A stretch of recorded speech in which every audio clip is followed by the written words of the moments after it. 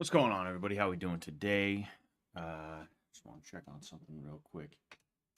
Yeah, yeah. I think that's good. I was messing around with my camera, so I'm like, oh man, it's not perfect. It's not exactly the way that I want it. Oh no. We doing good though? I sure hope we're doing all right. What's going on? Milk Hunter 69 on Twitter. Don't know if you're still here. What is going on? Ass Smasher. What is going on? Ass Smasher saying I'm about a Burt. What's going on? We good? We doing all right? I sure hope we're doing all right. Today is a Monday. I have been doing Monday streams because I have nothing better to do. I have no life. I have no life, and I enjoy streaming. So here we are. Here we are. Um, yeah, we'll at least keep the Monday streams until the end of Fish Tank, and we'll see where that goes from there. Monday streams were never supposed to be like a huge thing that I constantly do. I'm not going to be doing them forever and ever, but they are uh for the duration of Fish Tank, we'll do them. We'll use it as an opportunity to kind of catch up on things that are going on in the tank. I haven't been watching Fish Tank religiously the last couple of days. I've just had some stuff going on, and today was no exception. I had some stuff that I had to do, and so here we are now. Here we are now. We're gonna catch up. I hear that Connor got a little bit rambunctious. Connor got a little bit rambunctious, and he pissed on Alex's bed. That is fucking bonkers. That is wild. That is wild. But yeah. So there's that. There's that. Anyway, what's your vibe of the cast? Asks Ass Smasher. The was a hell of sell. Man, I didn't get to watch the Cell yesterday. Again, I've just been so busy the last couple of days.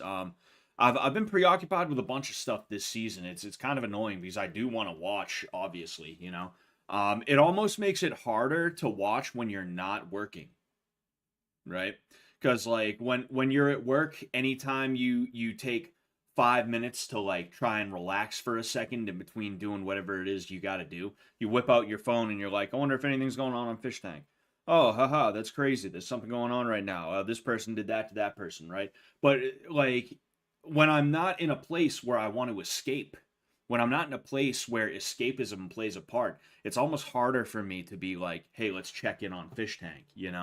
And because of that, I just haven't really been able to keep up like that. It's a pain. It's a pain in the ass. But I do have a good time checking Twitter, keeping up through there, and then on top of that, I do watch when I have the opportunity. Like I will tune in now and kind of give you guys my thoughts on everything.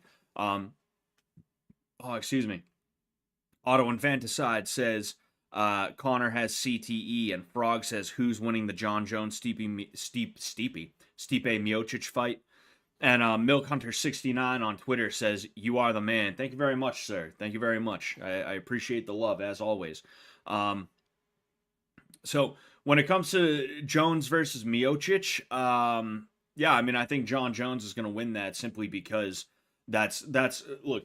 Dana White is glazing John Jones, and it's because he is the only person who is going to really be able to sell at heavyweight now that Francis Ngannou is gone. We're coming out of an era of heavyweight where it was actually pretty interesting. You had Daniel Cormier, Stipe Miocic. This is probably going to be Stipe's last fight. Um, you had a few different guys at heavyweight who were actually kind of interesting, and it was fun to see where they were going to go. But um, you don't have that anymore. Like I'm sorry, but Cyril Gane is just not that fun to watch. He's not like he's impressive. Don't get me wrong, but uh, the modern heavyweight division does not stack up to the heavyweight division of years past. You could even say something similar of the light heavyweight division. There aren't many light heavyweights that I think are really making waves. There are a few. There's more than the heavyweight division, but the light heavyweight division used to be stacked as fuck, and now it's not. And it is what it is. Oh, excuse me, jeez, fuck. Anyway, um, but yeah, like Dana White wants John Jones to do well, and because of that, Dana's only going to give John fights that he's going to win. That's what happened to the fight. That's what happened with Cyril Gane. Is they gave John Jones to Cyril Gane, and they tried to act like there was actually potentially a toss-up in the making. And yeah, no, everybody knew how that was going to go. They gifted John Jones a championship belt. This is what they did. Um, and he's not going to fight Aspinall, right? Because Aspinall could actually seriously threaten John Jones. John Jones is probably going to win this fight and then retire along with Stipe. It would not surprise me one bit. Jones has always been a bully. He's always been a size bully, and it's not that I'm saying he's not talented. He's obviously a very talented fighter, but he's not what everybody made him out to be, and he knows that. He has always fought dirty. He has always been very selective about who he fights, when, and how. There's a reason why Gustafsson, or Gustafsson, however you say his last name, didn't get an immediate rematch, right? I know, like, I won't say I know, but it would be very, very surprising to me. It would be very, very surprising to me to find that Alexander Gustafsson. I always, whichever one comes out first is the one that I say. And is his first name Alex? Fuck, man, I'm drawing a blank now. John Jones versus Gustafsson was a really good fight that people think John Jones lost, and the reason why it was a really good fight, the reason why it was that close, is because John Jones wasn't able to bully him, right? He wasn't able to bully the guy. John Jones didn't fight Gustafsson until years later, until years after, right? And what did the guy do after that, really? Like, there was a window of time where it's like, okay, he was really, really competitive to the point where he gave John Jones a really, really hard fight, okay? John Jones didn't want any of that in that window, though. And because of that, there was not an immediate rematch. He ducked the guy that gave him his hardest fight until he was comfortable with the thought that Gustafsson was not going to be that guy anymore. And then he fought him again. Finally, he fought him again. And that's where you see the win that occurred. But then he goes on and he fights dudes like Tiago Santos. I'm pretty sure his first name was Tiago. And the dude, I think he snapped both of his, I think he tore like both of his ACLs. He blew both of his knees out, and he was still fighting, and he still gave John Jones like a surprising run for his money. Dominic Reyes, right? Another great example of a fight where it's like, yeah, that's a little iffy. It's kind of tough to say that John Jones won that in devastating fashion, you know. But John Jones is just an annoying guy. He's that guy who only picks on he's that senior who only picks on sophomores and walks around acting like he's the baddest motherfucker ever, you know? He's never had a real challenge from somebody who is as good as he is combined with the same height that he is, right? There's always some kind of major advantage. And even then, when somebody's doing a little bit too well, all of a sudden you see him framing. You see him framing with his fucking fingers out, or some other bullshit tactic, you know? I truly, truly believe that regardless of how much Dana tries to pull a Vince McMahon and AstroTurf John Jones into the greatest of all time talk, he will be relegated to the dustbin of history in terms of MMA. Give it 5 to 10 years. I'm not saying that nobody will ever speak about him ever, never, never, ever, right? I'm not saying that. However, it's not, he's not going to get the praise that he gets now in 5 years. It's just not going to happen. You know, I think he has a much better claim to GOAT status than someone like Khabib Nurmagomedov does, if I'm being honest with you. I think putting Jones in that discussion is not a crime, but saying that he is top 5 is like, but is he really? Is he really? I don't know, man. I really don't know, if I'm just being honest with you, you know? It's like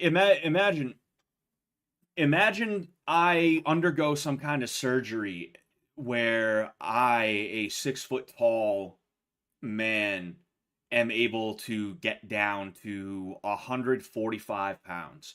If I was able to get down to 145 pounds, me, again, a 6 foot tall man, I'd probably not do that bad against someone like Alexander Volkanovski, specifically because of the physicality that I have. I'm not saying I'd win. I'm not saying that I would absolutely positively destroy him. I'm saying that there would be a situation where he might have a little bit of a hard time dealing with some of the things that I'm throwing at him, specifically because I'm so fucking tall and I'm just well trained enough. I am just well trained enough.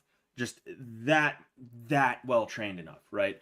Am I saying that like am I giving a Bradley Martin kind of speech like but I'm 260 pounds? No, that's not what I'm doing at all.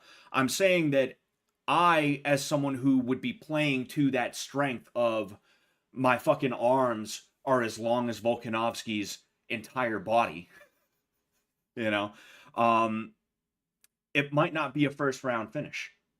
I might actually be able to do well enough as to where people might be questioning, I don't know, like, fuck, does Scott really have a chance? Does Scott, oh, fuck, dude, damn, does Scott really have a chance? Like, the fact of the matter is, size, strength, etc. does matter. It does indeed matter, regardless of what anybody wants to try and talk about. People point to dudes like Mighty Mouse, and it's like, oh, Mighty Mouse, the greatest 125 pounder ever. So the best to ever do it at that weight class, and arguably the best to ever do it in general, is able to take on somebody who is that much bigger than him. So that means weight classes don't matter. No, I think that's a testament to how good Mighty Mouse is compared to whether or not size and weight actually matter, right? It's just crazy. It's just crazy, you know. Excuse me.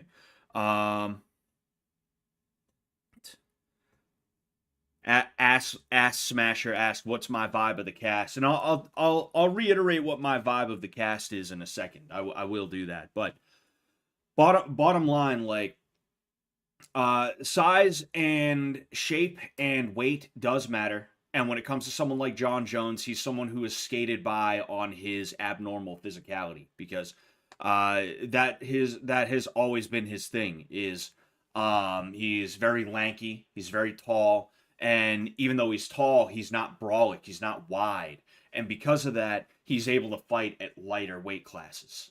You know, and because of that, he's like, when he first hit the scene, you see him versus someone like Rampage, and it's like watching a senior trying to fight a sophomore.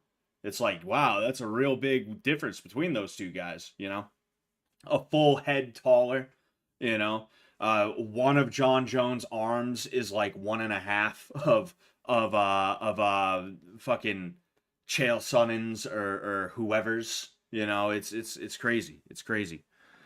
Alex broke the sink. Oh boy. Oh boy. That's crazy. What's going on, Kian? How's it going, man? You doing all right? He is a coward. Yes, I think excuse me. I think that's how yeah, I think it's a good way to I think it's a good way to describe John Jones, if I'm just being honest with you. You know? I do think he's kind of a fucking coward about that shit. Anyway, I'm honestly more hyped for the Michael Chandler versus Charles Oliveira fight. Yeah, I'm hyped for that too. Was that off though? I could have swore I heard rumors that Charles Oliveira might be out of that. I'm not 100% sure though. Now this gaming says, "Hey Scott, big time fan, first time subscriber. My family loves all your content. Question: do you have gay thoughts ever? If so, how often do you have them? Much love from Serbia." Dude, the question isn't how often do I have them. The question should be how often do I not have them. Right? You'd be better asking that question. You know that? Anyway, Sage on Twitter says, "But I think John fights dirty with the eye pokes. New gloves might fix that, and his leg kicks. But John has a good point. Brain damage is way worse than ruining your knee health wise. It's really the fact that he acts like a good person when he's the villain. Wish he played the heel more. That's who he is. Um, yeah, I mean, I'll say this: stomp kicks to the knee are not dirty. I don't care what anyone says. Are they dangerous? Yes, but so is getting hit in the head. So it's like, okay, when it comes down to it, we got to ask, at what point do we just acknowledge that, like, yeah, we're doing a dangerous activity, and that's that. Now, the reason why people don't like stomp kicks to the knee is because you actually will have a better time coming back from a concussion than you will a potential knee injury. Somebody dislocated their knee, and part of their knee joint shattered due to the dislocation in my class, and it was crazy. He watches my channel sometimes. Shout out if you're watching, although you really shouldn't be. You're a little young to be here, but like, he just happened to get up wrong, and the way his weight shifted, it just did that. Um, he needed surgery. This happened like 2-3 months ago. He's still recovering from it. I talked to him the other day. He said he just started physical therapy. Um, a concussion is like maybe a month, maybe a month and a half, you know. And like, yeah, you can talk about CTE and diminished brain function and stuff like that, but at the very, like, at the end of the day, like, you're still able to pick up a lighter, you're still able to use it, you're still able to speak properly for the most part. I'm not saying that it won't progress the more trauma you take to your head.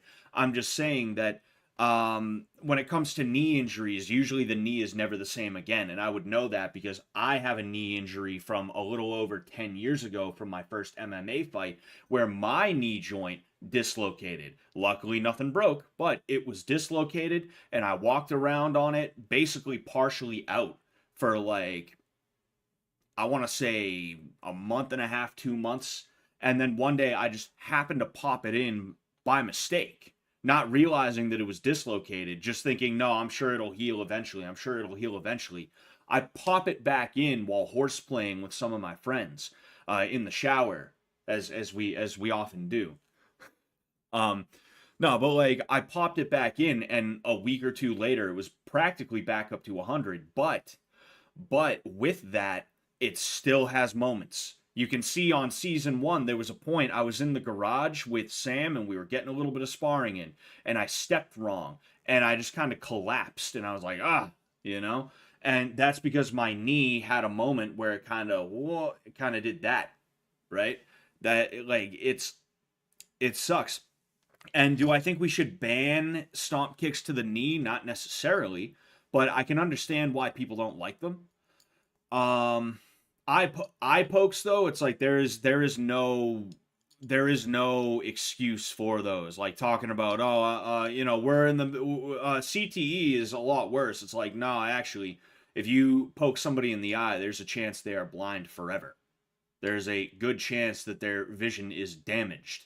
There was the first official fight. A little bit of trivia: the first fight ever in the UFC was actually between a guy from Massachusetts and some other guy, but it didn't end up getting aired because it was actually meant to be an alternate fight. Meaning, if someone in the main tournament ended up getting hurt in the first round, whoever won that alternate bout would end up stepping in for that person who got hurt.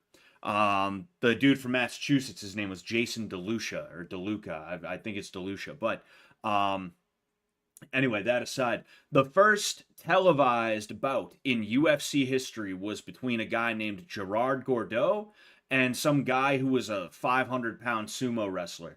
And it was something. The sumo wrestler got kicked in the head. All right. Now, Gerard Gordeau would end up making it to the finals, where he would be beaten by Hoist Gracie. And he would go on to have a few more MMA fights. One of those fights was one in which he was fighting a dude from Japan. And he would end up gouging the dude's eyes to the point where that dude would end up having to stop fighting because his vision was never the same. He kept gouging the dude's eyes. And it just damaged him to the point where there it goes. That's a guy's career, you know. It was really, really fucked up. It's on video. In fact, I'll go ahead and I'll show you, right? Might as well at this point. Gerard Gordeau eye gouge. Just trying to see if it's no, not here, not here. Ah, yes. Oh, geez, fucking Valley Tudo Japan Open 95. You see, it's 2 hours. I'm just looking for a quick video.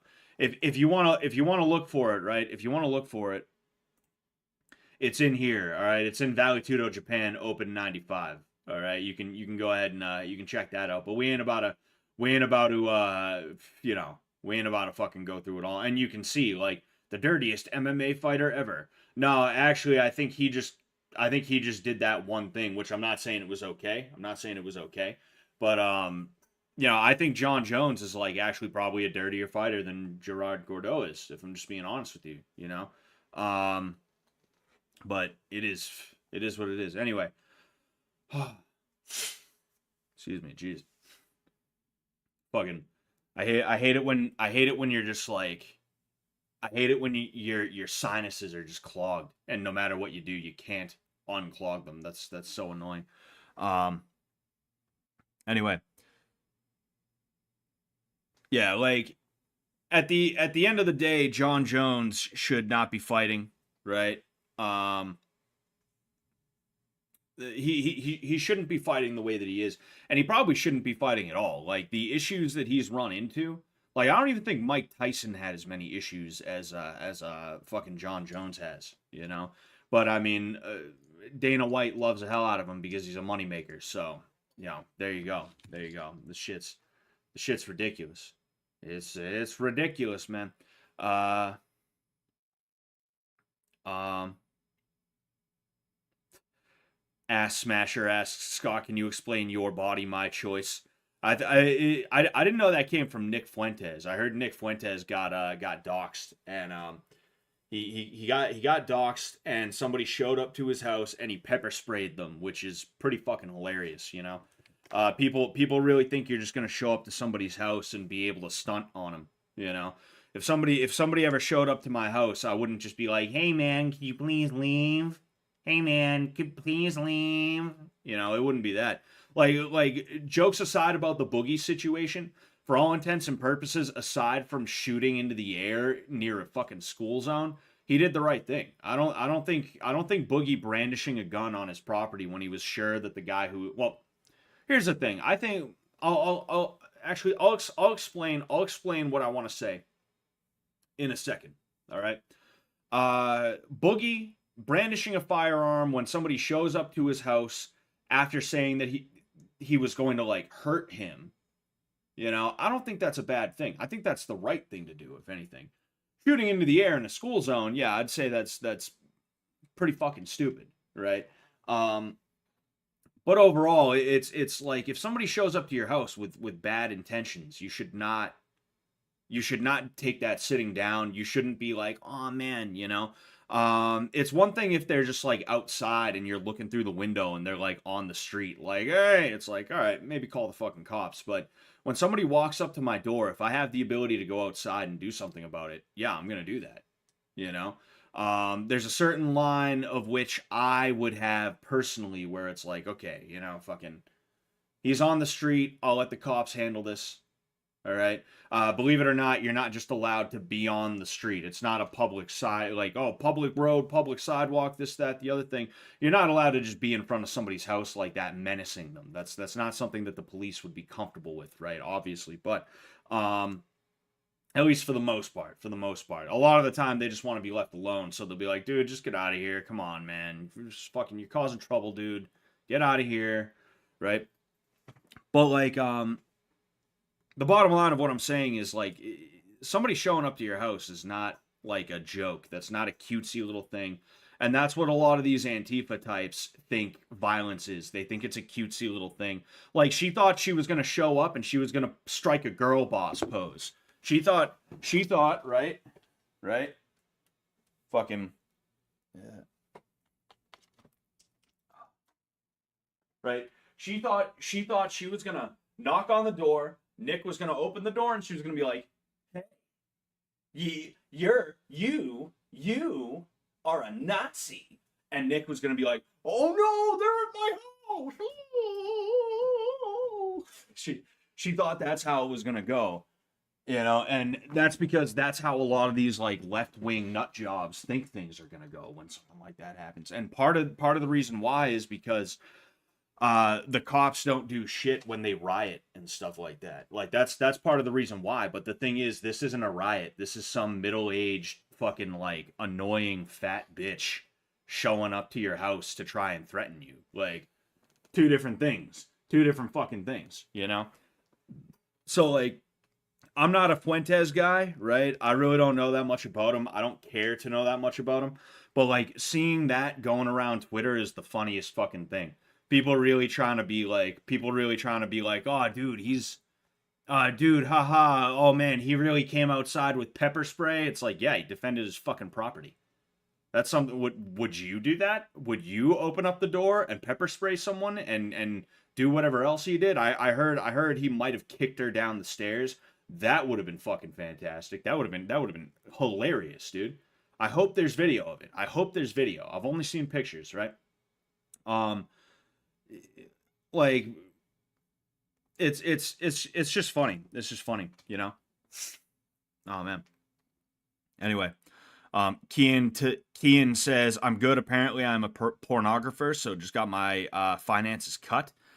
Thanks, brother. I agree. We have a similar outlook on fighting. Cowardice is no help in real fights. If people know you're a coward on your streets, people talk, and you end up getting fucked. Done. Use the lighter in your fist, though. Same with both my shoulders. Haha. It stays messed up for good too." Man, that sucks. I hope they're able to get that shit figured out, man. I hope everything's I hope there's everything I hope everything is under control. I hope you're able to get whatever needs to be fixed. That sucks, man. Anyway, somebody asked me about oh man. Jeez, dude. Anyway, somebody asked me about how I feel about the cast, and I mean I explained it yesterday, but I'll go ahead and I'll talk about it again a little bit because the more I talk about something, the more I'm able to kind of explain better, and because of that, I'm like, oh, okay, yeah, no, I have a better understanding now. So basically, when it comes to Alexis, I thought she was going to be a late gamer. Unfortunately, she was not, and her leaving just felt like the dumbest fucking thing because she had already done all this like embarrassing shit as is, and yet here she is now leaving.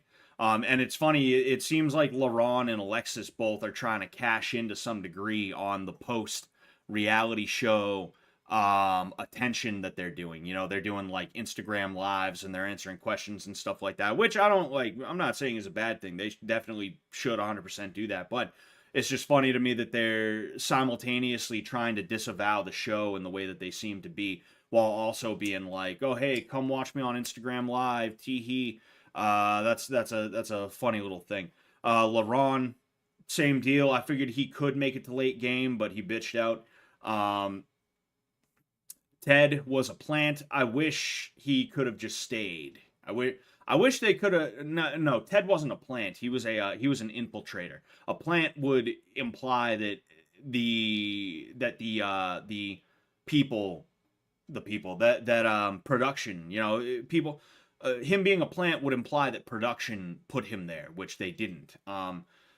It would have been nice if they just allowed him to stay and they were like, "Look, you can't say anything. If anybody figures out anything, all right, you're out." It would have been nice if that happened.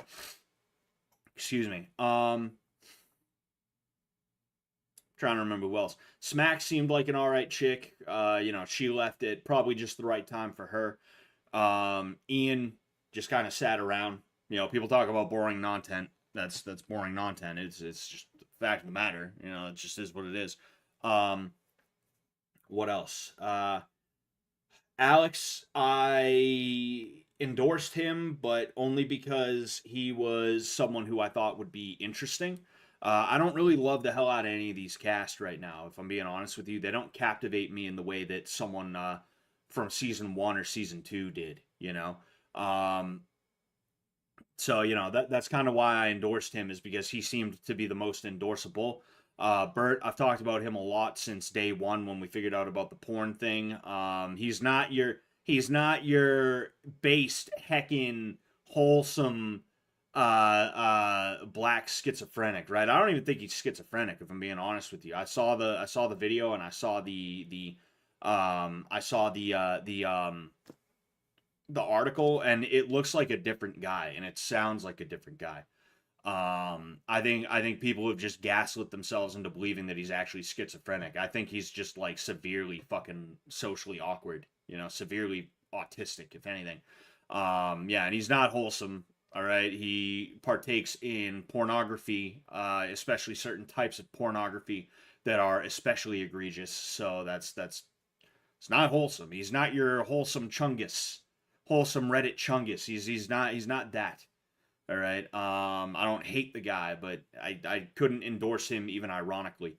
Um, who else is in there? Binks. It's funny that she seems to hang out with a reggaeton songwriter. If I got in there, I'd like to talk to her about that shit, because I think it'd be a way for us to connect. On a person to person level. Plus, I don't know, maybe she could introduce me to some new music. Um, Mizzy, I feel bad for her because, like I said, I don't think she has the processing power to realize why her life sucks. I genuinely don't think she understands, because she just doesn't have the IQ points required, and even beyond that, because I said she doesn't have the IQ points. It's not that I think she's dumb, right? Do I think she's the brightest bulb in the pack? No, not necessarily, but I don't think she's dumb.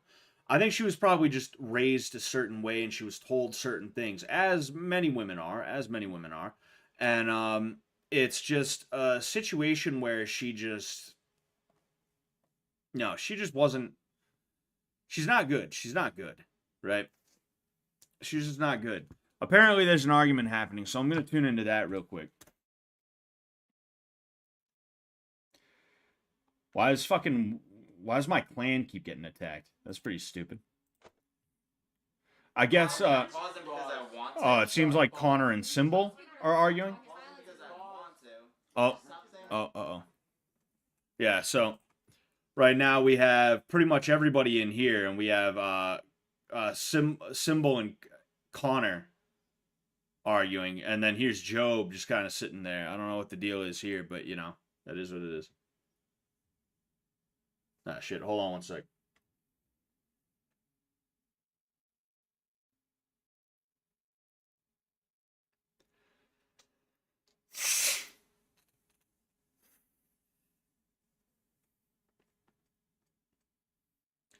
Fuck him.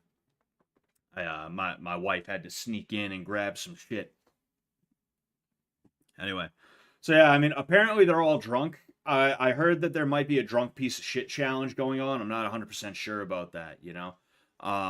Beats me. But it seems like this fight is petering off. Seems like the fight's petering off a little bit. The whole night was an argument. It's drunken asshole challenge. Ah, okay. Bring in John as a freeloader. That would be pretty funny. Kian says Cole.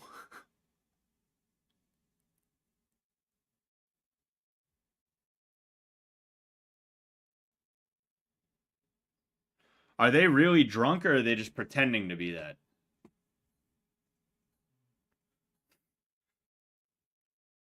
Oh man.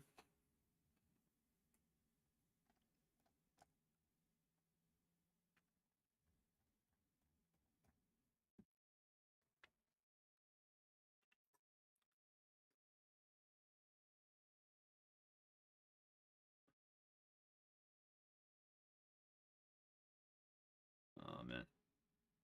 Oh yeah. They pissed in each other's beds. I forgot about that. That's disgusting.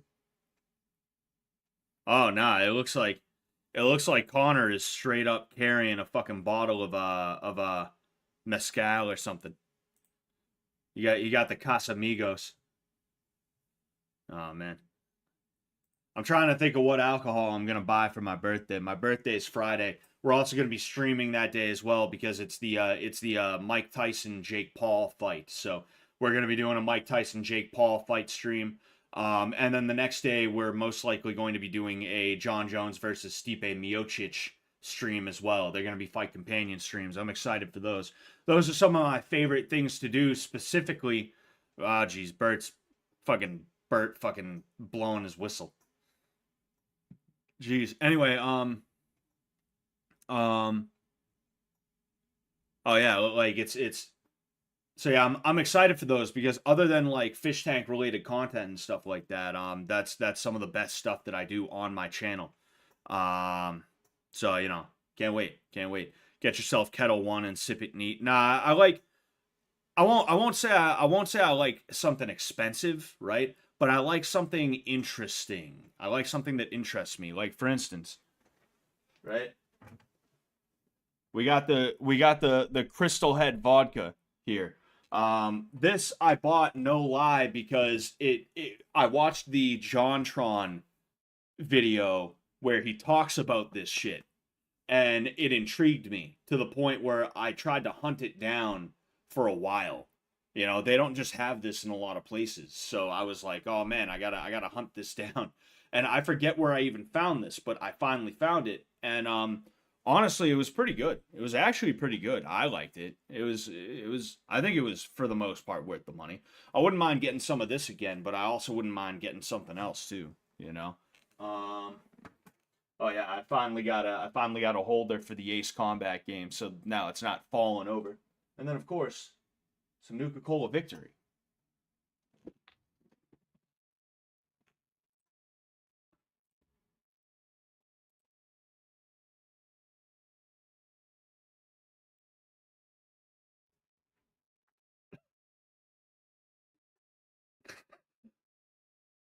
Do not try to touch me. Oh yeah, symbol trying to sound tough. Symbol trying to sound tough. Do you want to do a horseshoe challenge? Mizzy jumping around with her hand up. What a fool. What a fool.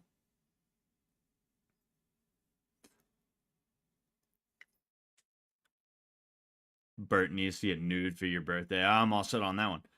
I don't know how many interesting drinks and unique bottles on I don't know many interesting drinks and unique bottles, unfortunately. Hope you celebrate hard. Yeah, it's nice walking into a liquor store and just seeing a bottle and being like, I think I'm gonna get that, knowing that like that's the one bottle they have, and you're probably never gonna see that again. It feels like you're getting something interesting. It feels like you're getting something unique. Um,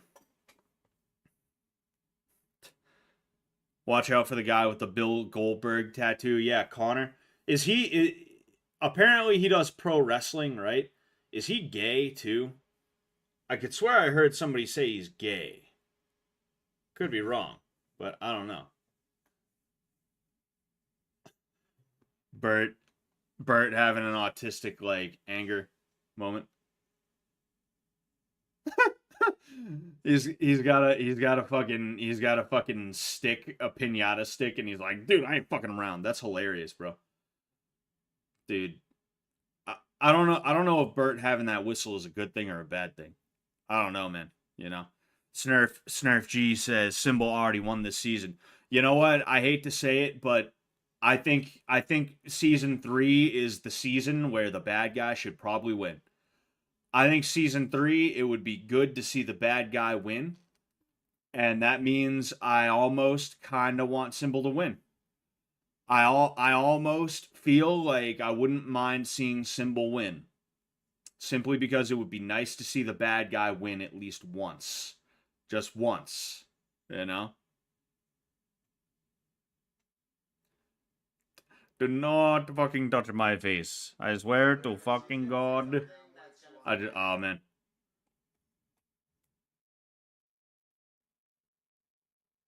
Oh. They're trying to like Oh man, this is what's going on. This is what's going on.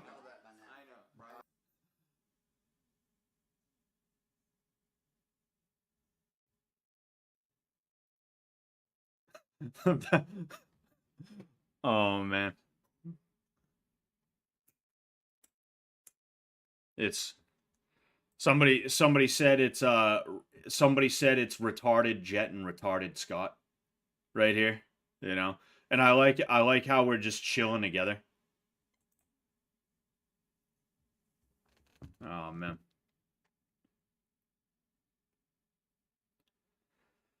Oh boy. Oh boy. Oh, I forgot to share this stream. Fuck. I forgot to share this stream to my dick sword. To my dick sword. I'll do that real quick. Bang. Bang. Bang.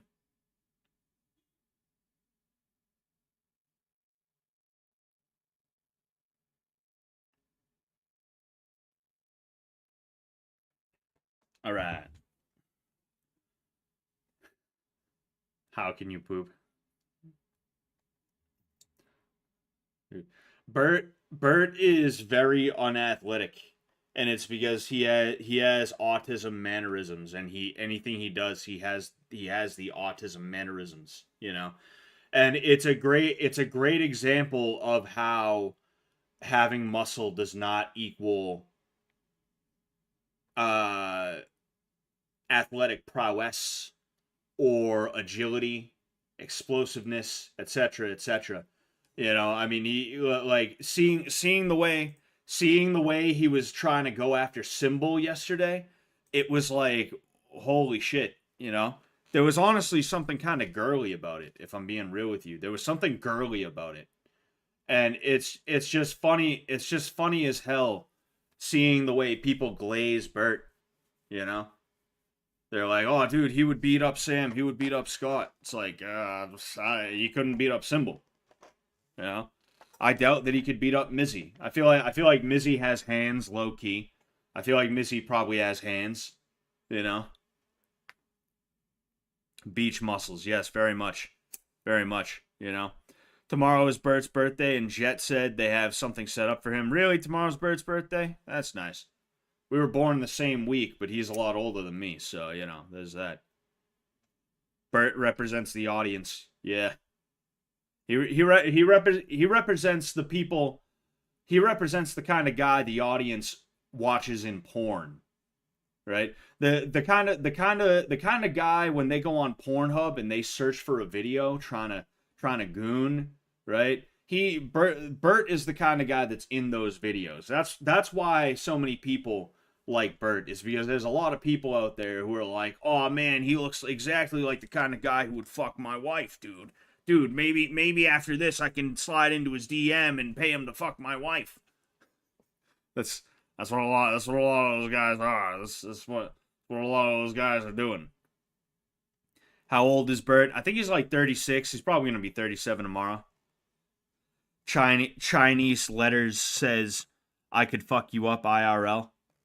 Fucking sure you could, pal. Sure you could. You can't even write with real letters. You got to use some made up shit, some squiggly lines. Yeah, good luck. I think Mizzy is female, autistic, doesn't have any experience with real people, shows differently in women. Fucking you see, I don't think autism is real, and that's why. Because like if you look at women, most women are not autistic, you know? Um you see, that's an autistic way to put it. Like most autists are not women. How often do you see women who are autistic? Truth be told, like there's only one woman on Fish Tank that I've seen who I'm like, yeah, yeah, if there was a female autist, that would be her. I won't put her on blast. I will not put her on blast. Don't you worry. All right? Don't you worry. But um fucking what was I going to say? Like I think Mizzy is just, she grew up and she was probably like, because Mizzy I don't believe she's in her 20s. I think she's in her mid 30s. I think she's 34, 35 years old, which explains why she looks the way she does. Um, Overall, I think that when she was 22, 23, she was probably pretty. She was probably pretty. And she was probably not told no enough. She was probably not told to shut up enough, you know? And because of that, here she is now making Avril Lavigne music. Her own words, not mine. She's making Avril Lavigne music. Um, Trying to turn around and be like, yeah, I'm gonna be a star. Yeah, you know. Lil Josa says Josie. No, not Josie. Not Josie.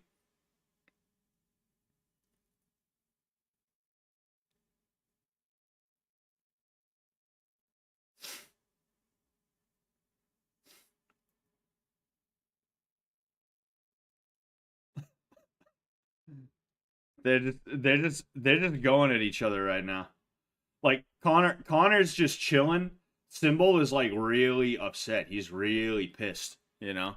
Symbol has that nerd rage. Symbol has that rage that people develop when they're picked on in high school and they tell themselves never again. They walk across the stage, they take their diploma, and as they're walking down the steps, they're looking at their diploma and they think never again. Never again. And now, whenever someone's like, aha, hey man, you eat any chicken vindaloo lately? Haha, jokes. I think you're all right. He's like, fuck you, bloody bastard. If anybody touch my stuff, I will rip their ass off. Did you see the stream from 2 days ago where some kids at the park made Josie have a breakdown and cry on stream? Really? Damn, that's rude. Fuck those kids. That sucks. That's not nice. Did you know people with red hair feel more pain? Nah, they feel less pain, actually.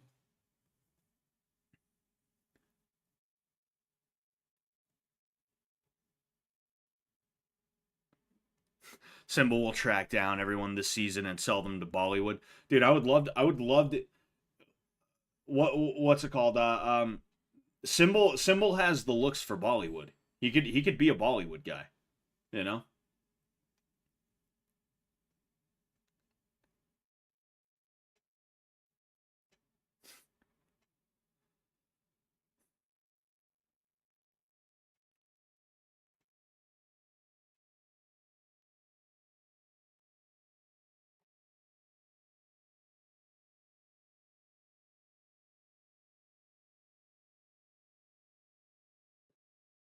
I just want to see if a fight erupts. I'm just waiting to see if a fight erupts, man.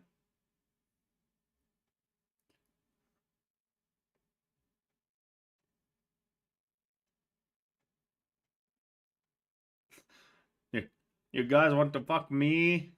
He really just said, "You guys want to fuck me?" Mizzy gossips and whispers a lot. She would be a good corporate middle manager. Oh yeah, 100%, you know.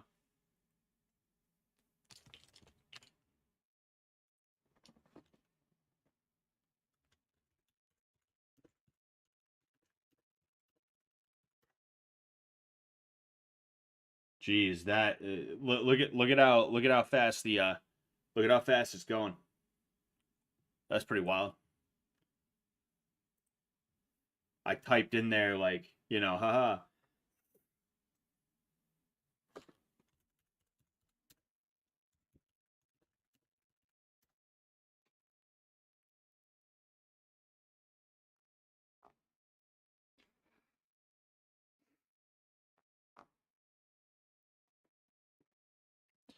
Is lipedema beneficial for BJJ? What's lipedema? The woman cries out in pain as she nags you, very much so.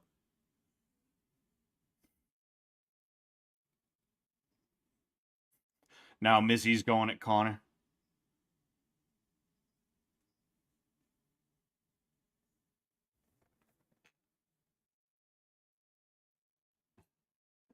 Now, now it smells in here. It's fucking disgusting. What are they doing hanging out in there then? Why are they hanging out in there?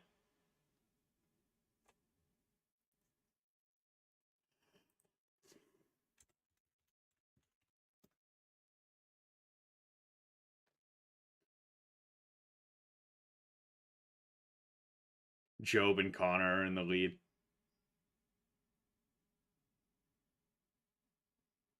Oh man.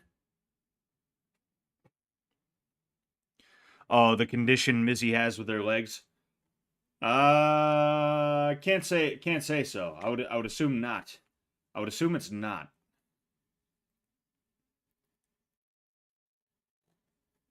Oh, let's see where everyone's going.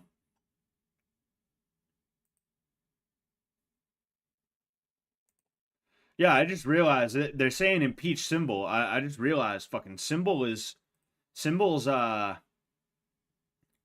is oh no, Symbol. Alexis won the election. She won the presidential election. Oh, I'm trying to figure out what the hell this is. There's more. What is that? It looks like maybe some Svedka.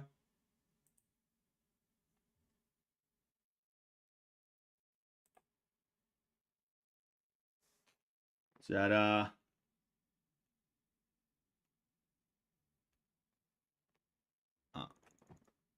I was trying to see what kind of alcohol they got. It would have been funny if they only got them four locos. Like they get them four locos, they get them Mad Dog 2020. Like they only get them that type of shit.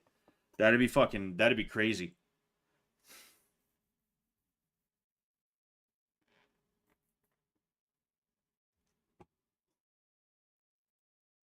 What the fuck is she trying to do?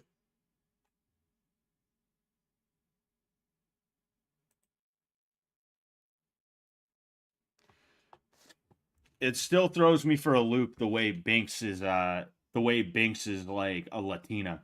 She does not look like that at all, you know? Though she's got the reggaeton style going on, right? And what I mean by that is if you look at a lot of reggaeton guys, they dress like this. Not literally like this, but like I'll go ahead, I'll show you Bad Bunny, right? Right?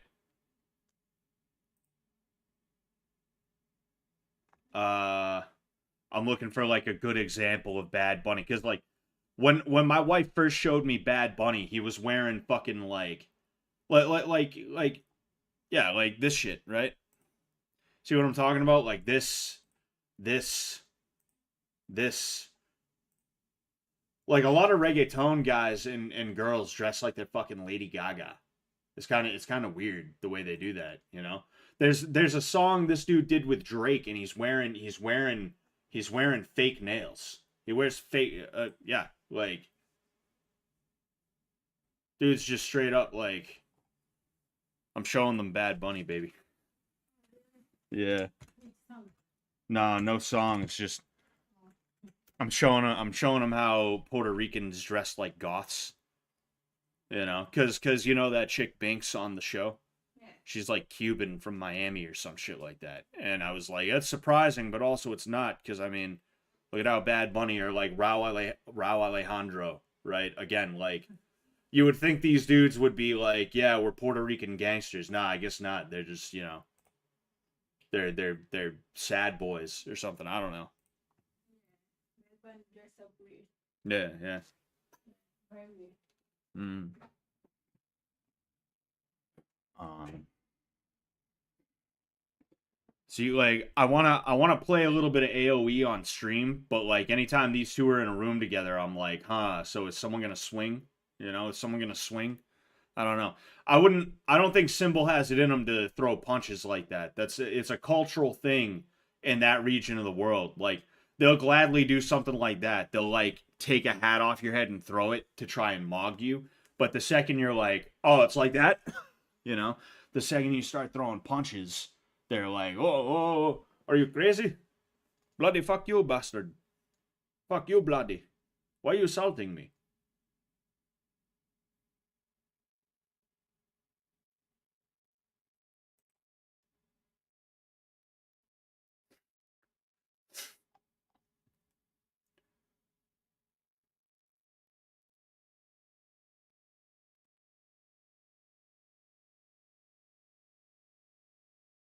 I thought I got quiet because I was like, oh hey, is Is somebody about to is somebody about to do or say something? You know?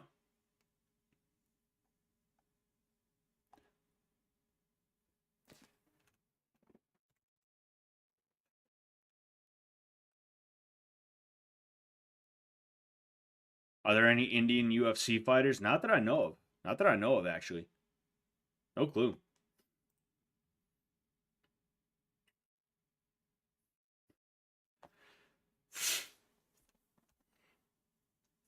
The bell is needed right now. It would be nice. It would be nice to get the bell. I'm gonna grab something real quick. I'm gonna throw on I'm gonna throw on AOE after this. I haven't played AOE in a while, on stream in a while, and I've actually been doing a lot better lately. I've been getting good. My game has been upped. I've upped my game.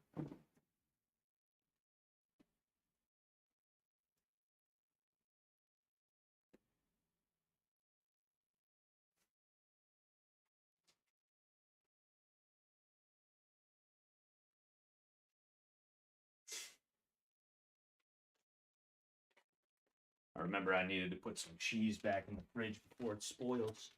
The last thing I want. Oh man.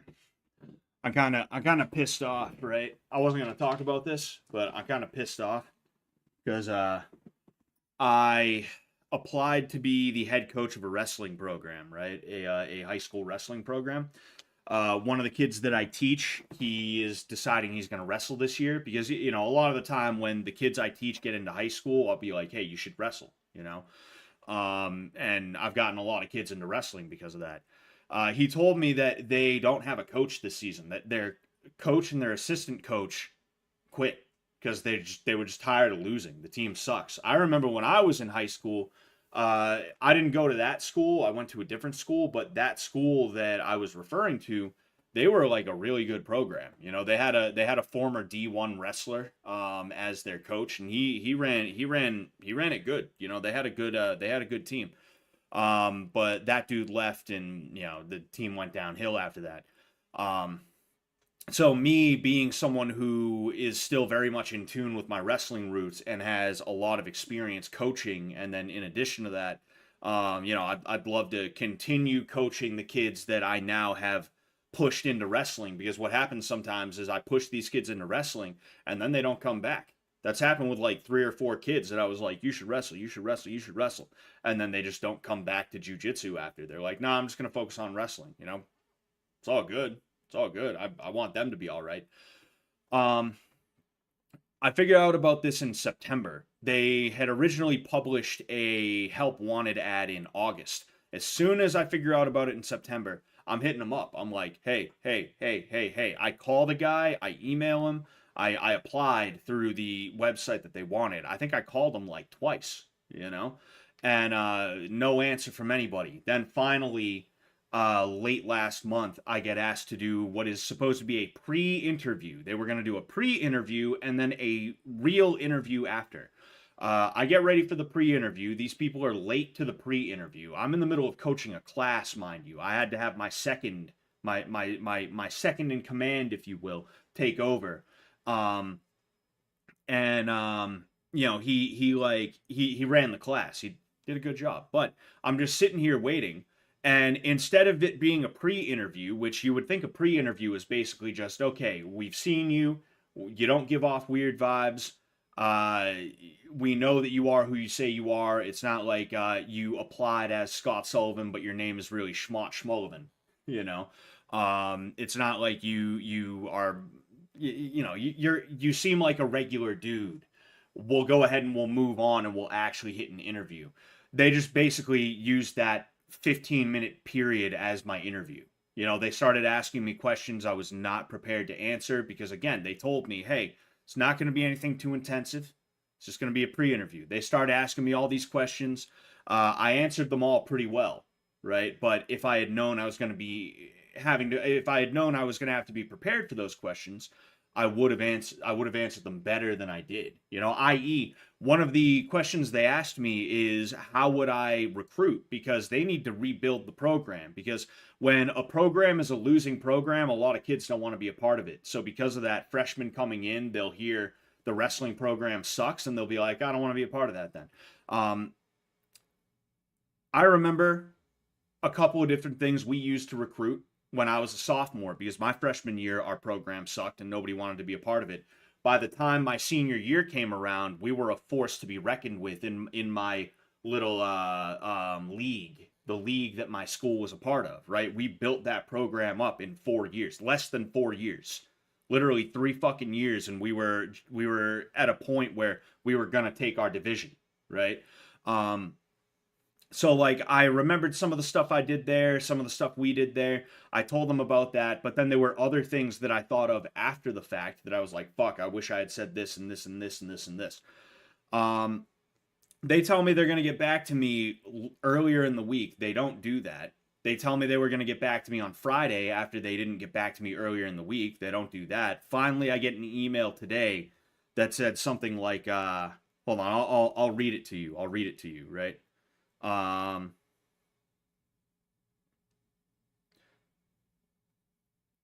It said, good evening, everyone.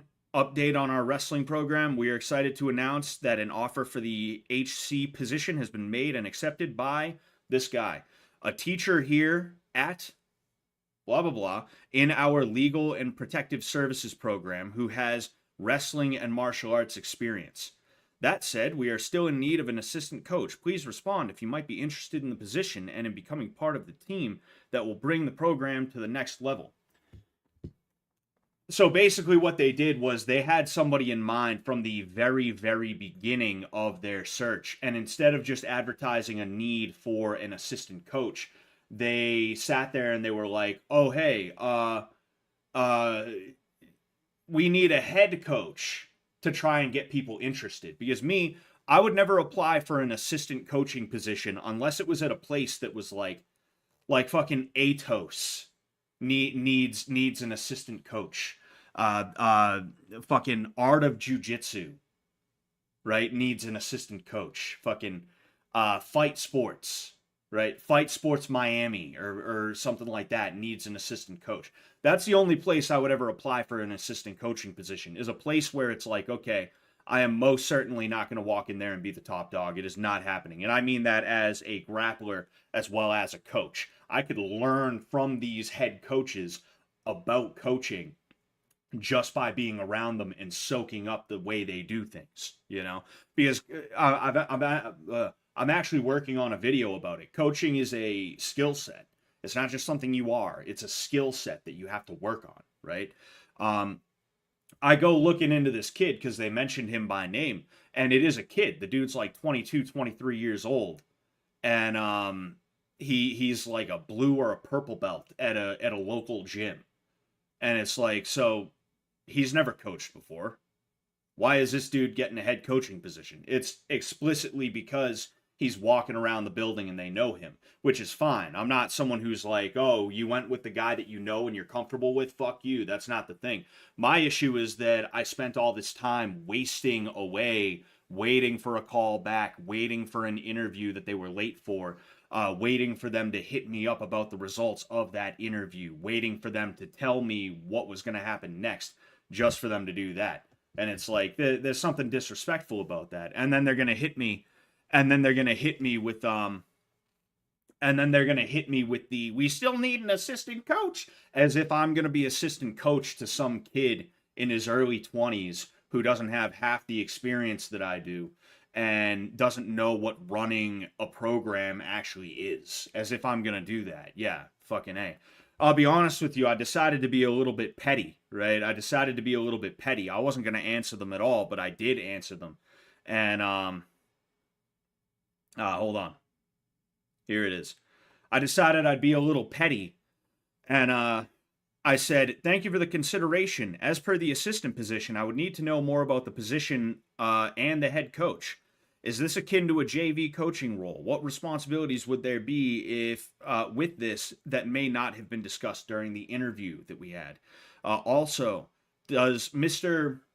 the guy's name, have coaching experience? Or is this a first time for him? How much wrestling experience does he have? And what kind of martial arts does he train? How old is he? So basically, I'm kind of asking questions that are like, hey, you realize you probably picked somebody for the job that was not a good pick, right? And don't get me wrong, I don't wish bad on these guys or anything like that. I seriously hope that they do well. I hope that the team that my guys are a part of does well, obviously. However, it's just like stupid as hell. That my time was handled so poorly, right? And that's why I'm so upset about it is I am very respectful of people's time, and I try to make sure that I don't waste people's time. And if I know that there's this one guy that I want to do something, I want to hire this guy for something, I'm not going to put out a help wanted ad. I'm going to go to that guy and be like, do you want the job? And if he's like, nah, then I'm going to be like, all right, help wanted ad. If I know that I want that guy to do the job, I'm going to ask him. And if he says yes, then I'll put out an ad that says seeking assistant coach. And if I had seen that ad saying seeking assistant coach, I would have been like, oh, I don't think that's for me. I think at this point in my life, unless there's something really, really in it for me, I'm not going to be playing second banana to somebody. I think I'm at a point in my life with this coaching thing where I've put in enough work and I know enough about not just being a coach, but also running a program, right? Running a fucking program that,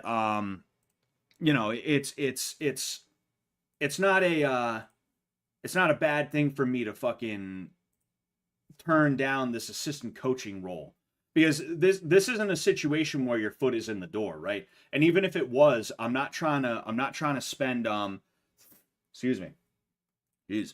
I'm not trying to spend like 2 years playing second fiddle to some guy just so I can finally earn a head coaching role at a high school. I'm all set with that. I'm all good, you know. If next year it becomes available and they're like, fuck, let's hit up that Scott guy, we'll talk, right? But like, I just want to show you how, again, prepared I was for this role. Yes. Anyway, so nah, you know what? I was gonna show you guys the actual document that I had, but I'll just read it to you because I wanna make sure that I don't dox the high school or anything like that, right? That'd be dumb, you know. Not that I think any of you guys are gonna be psychos and be like, hey, you should have hired Scott, but you know, I don't want to take the chance. So I titled it Wrestling Program, right? The name of the high school and then Wrestling Program. Goal to have a winning season plus 500. How to achieve this goal: forming a curriculum and standardizing the general technical know-how of our wrestlers, forming a simple and effective strategy supported by fundamental techniques that will help to ensure the most direct path to victory, conditioning hard to ensure that whether we're the most technically sound wrestlers, we will be the toughest, forming positive states of mind to ensure that whether we're the best wrestlers in the room, we will be the most resolute. I'll read through the whole thing, right? Our strategy. A wrestling match has multiple paths to victory, with points and pins being the two most common, excuse me. We will foster a set of techniques conducive to gaining points while seeking a pin. This will require techniques that are simple, easy to learn, and effective for wrestlers who may only be training from November to February. And then there's key techniques. It's just a bunch of different techniques, and it's not even an exhaustive list of the techniques that we're gonna go over. Like tie-ups, there's the collar tie, there's the Russian tie setups, there's snap down, back step, fake high, go low, things like that. Takedowns, double leg, single leg, duck under, throw by, head and arm throw, top position, spiral ride, arm chop to 2-on-1. And then from there, you can go to chicken wing. You can set up the half Nelson, or you can put your boots in. You can leg ride, tight waist, far ankle, leg ride. Leg riding in the most general sense, right? Finishing from top, half Nelson, power half, inside and outside cradle, chicken wing, bottom position, technical stand up, sit out, Tallahassee or Peterson, which those are two moves that you can do from a sit out. Granby roll, miscellaneous techniques, gator roll, bulldog or ice cream scoop, front headlock, sit out from sprawl. All right.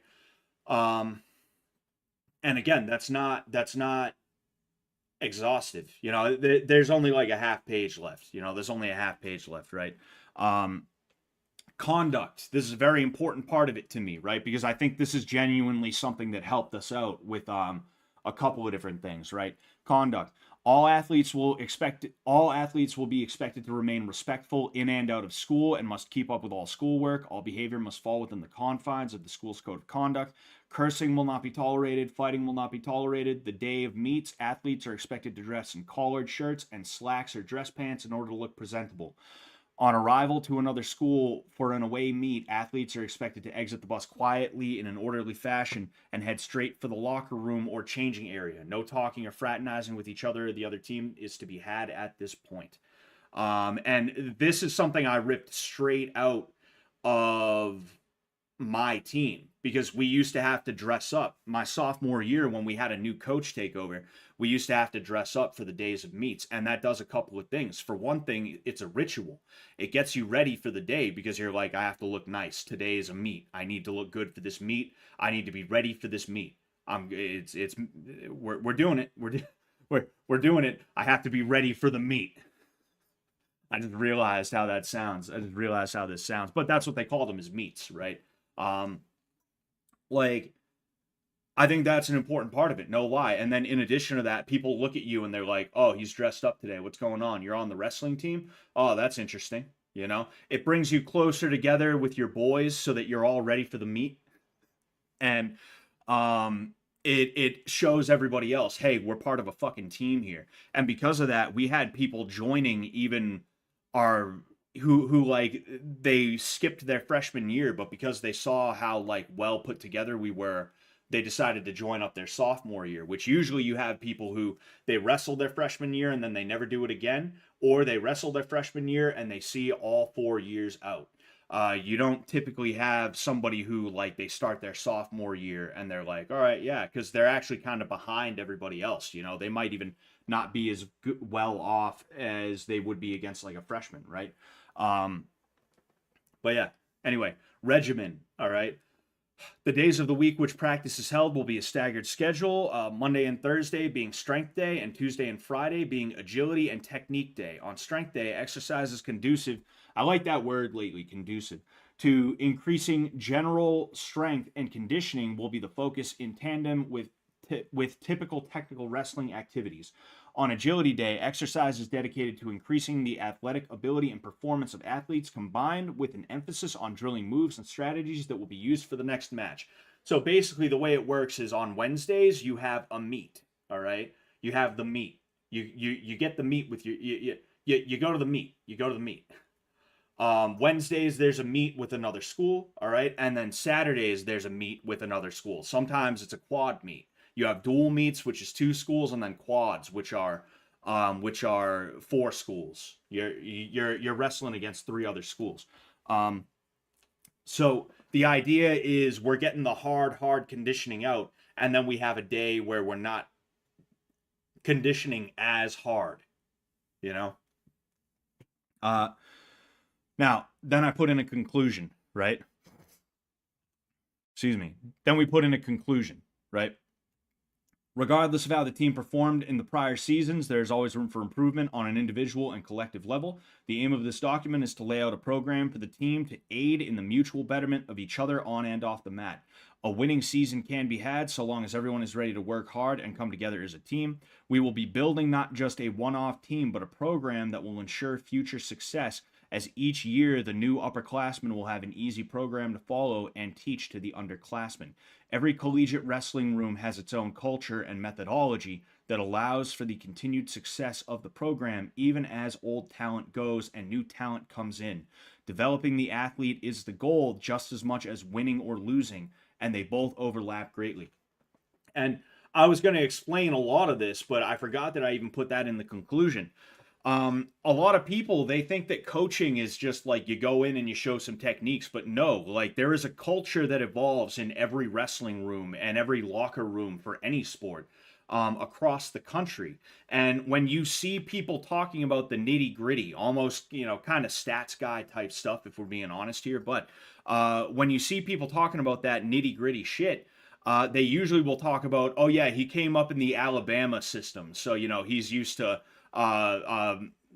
taking snaps from the shotgun, right? They talk about quarterbacks a lot, right? He came up in the Arizona system, so he's used to doing a lot of running and stuff like that. Their quarterbacks tend to scramble a lot, right? That's what happens, and the same thing goes for wrestling. And I was taking that mindset in, not just thinking, yeah, we're gonna go ahead and we're gonna just, do some fucking wrestling and yeah, haha, yeah, give me my money, I'll see you next season. No, it wasn't gonna be that. It was gonna be a legitimate long-term system that I was going to develop for this school. Um, and instead, they took somebody simply because he works at the school, which again, I'm not trying to be a sourpuss about. It's just to sit here and waste my time like that, to let me do this and send it to them just for them to turn around and be like, aha, it's like, yeah, I'm a little bit fucking salty about that. This guy, I guarantee you, is not the right choice. They decided to cheap out and get somebody who is in the building instead of somebody who, I'm not working at that school, but I'm going to be a better coach. I have more experience, not just as a coach, but also a grappler. And it's just dumb. It's just dumb as hell. We used to piss on people in the showers. Exactly. You came up in the Pennsylvania system then. You came up in the Penn State system then under Jerry Sandusky, didn't you? You pissing in the showers. You know. Um. Anyway, Zachary Verrett says, do you review highly rated MMA fights from the last 30 years? I saw you do vintage boxing recently. I do it for my Patreon. I do copyright friendly reviews for my Patreon. If you check my Patreon, it's the $5 a month tier though. All right, $5 a month, you get access to a bunch of this stuff. I did a couple of UFC fights. Again, it's copyright friendly. I'm not infringing upon copyright or anything like that. So it's gonna be a little choppy and shit like that. But like you can find those on there. I would highly recommend it. Have you seen Calamar White on TikTok? Nah, I have no idea who that is. Collared shirts is creepy. It's called looking good. It's called looking good. Granby is the single best move. Yeah, Granby rolls are fun. Granby rolls are fun. I bet bonehead teachers don't really give a shit about the program. They just want a get along work buddy. Oh yeah, it's a way for a lot of teachers to you see, either A, they don't care about the program at all, or B, they care a little bit too much about the program. And it's like a weird thing. Like me, I would never flip the fuck out at somebody because they lost. I would never be upset at somebody because they lost. But I can remember my freshman year of football. We lost to a team that we should have easily beat. We just had a really, really bad game. We just couldn't get it right. And we lost by like 2 touchdowns. And because of that, we were made to run laps the next game. And it's not just because like we lost in general. It's because we lost to that team and the coaches were upset that we just couldn't get it right. And instead of being like, all right, so, they had a bad game, let's see if we can patch some of the holes, they were like, no, they're running laps. They're running laps. And it's like, yo, we're a freshman team. We're not even JV. They literally, in order to make sure that the freshmen weren't getting completely fucking bodied by a bunch of grown-ass men, 18-year-old dudes, they decided that they would have a freshman football program so that the freshmen would practice together and then play against other freshmen from other schools. That's literally the way that it went. They like it was just funny, the way that was. But like you get some dudes that are like that, but then you get some dudes that are just like, this is just an extra $5,000 in my fucking paycheck. I don't care. And me, like, I wouldn't have been either of those. I would have been right in that sweet spot where it's like, I care. Obviously, I care. I drafted this fucking 2.5-page document detailing how, hey, I'm not just going to treat this like a coaching job. We're going to be building a system here. We're gonna build something here. But it's not like if one of my guys loses a tough match, I'm going to be like, are you kidding me? Like, no, that's stupid as hell, you know? It's fucking dumb. A dumb, you know? Anyway, who came back at, Zachary Verrett, who came back at random times to finally clean their room? I'm curious about that. Oh, you're talking about CK. Oh, yeah. Um, he gets hired by people to go give complaints to their employers, get in people's faces about it, bad bosses. That's pretty crazy. Damn. That's funny as hell, you know. I should hit this guy up. I should hit this guy up. My boss got fired for sexual harassment. He was feeling up on some workers that he was hiring from a temp agency, and they reported his ass, and he got fired for it. And it's funny because I halfway expected the rest of the management to be like, all right, that guy was a scumbag. We don't want to be associated with him and anything he does. Let's not keep trying to fuck with Scott. But unfortunately, it seems like they're still trying to do that. I'm not saying they're trying to get me fired or anything, but when he was trying to get me fired, when he suspended me for that 2 weeks, that was a suspension without pay. And we are now trying to fight them to get me pay. Me and the union, we're trying to fight them to get me pay for those 2 weeks that I was suspended. And it's so easy. Just pay me and I'll stop bitching about it. Just pay me and we won't have to take it to a further extent where you guys might lose out on more money. Just do it. It's $2,000 to make me shut up and just leave you alone. Just give me the fucking money, dude. What are you guys, stupid? But no, it's very clearly something personal with these guys because they still don't want to give me the money, you know? So I don't know. Maybe I might have to hire that dude, you know? Might not be a bad idea. Might not be a bad idea at all. Anyway, I'm gonna throw some AOE on. That's what I'm gonna do, you know.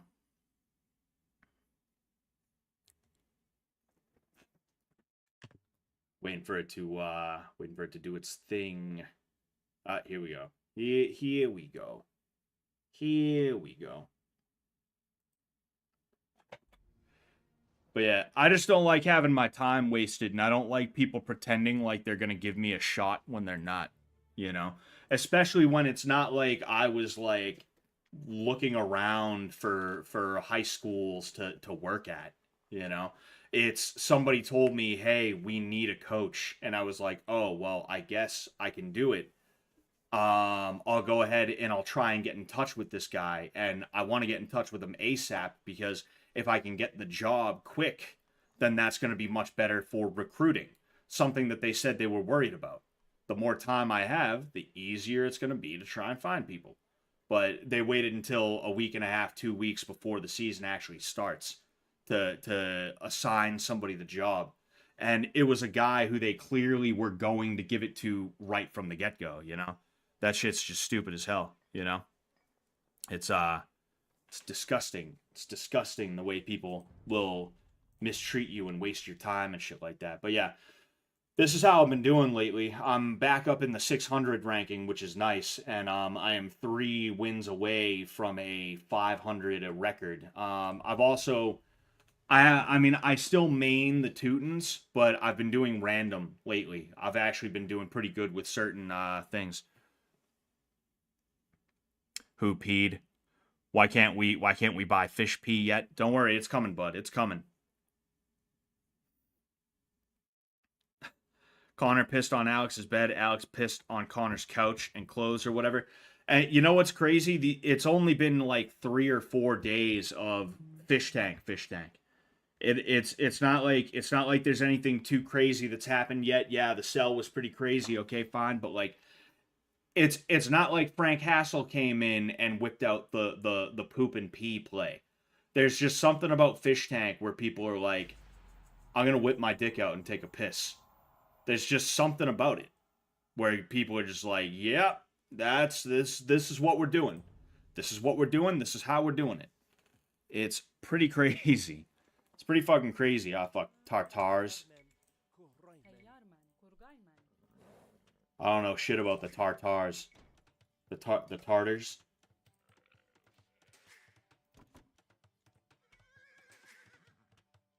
Oh, the Tatars. Calling them the Tartars. The Tartars.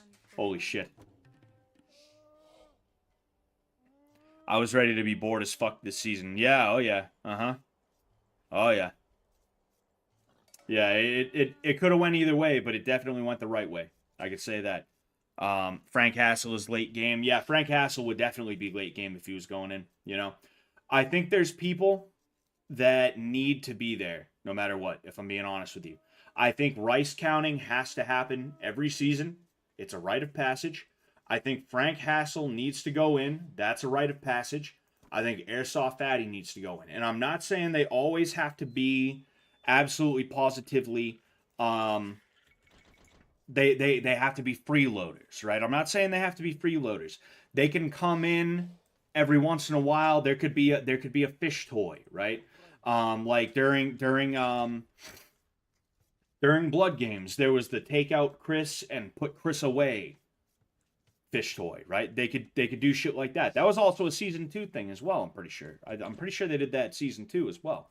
The bottom line though, like there has to be certain people that make an appearance every season, in my opinion, you know. And I think Airsoft Fatty and I think Frank are those people. I want to see Bex back. I don't know what the deal with her situation is. Whatever it is, I hope we see her back, even if it's just for a cameo or something like that. I don't know. But yeah, like it wouldn't feel right without those people. It wouldn't feel right without those people. You know. Agree on all three of those. We already got Chris Airsoft Fatty early on. Did we really though? Because he just kind of was there. You know, he might have just been chilling with Sam. That might be what was going on. You know, he was just hanging out with Sam, doing his thing. Um, like there's a possibility. There's a very distinct possibility there. Oh yeah, fuck. I was supposed to put down more of these. Ah, fuck. I don't usually do the Tatars at all. Like, I don't think I've ever played the Tatars. So there's a good chance I won't be taking this one.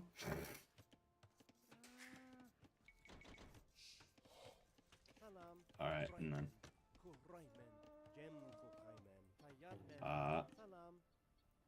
Salam.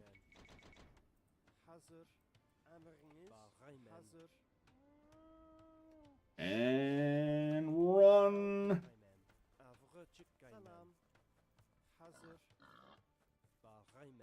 Nope. Come on, baby. Ooh. Oh, no, we're good. I was good the entire time. You guys are gonna go there after. Ooh. I also think Scott, you, in parentheses, and Gregor Staples. I appreciate that, Zachary Baird. You know, like, I'm never gonna advocate for myself. Would I like to go on? Of course I would.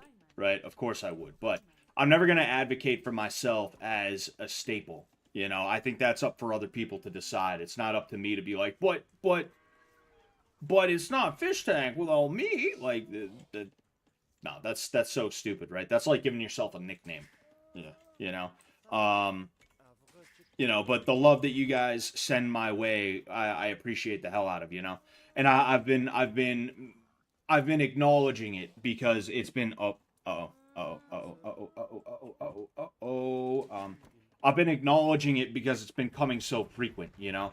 Like, you guys don't just ask me if I'm gonna be back because you hate me. You don't ask me if I'm gonna be back because you don't want to see me there, right?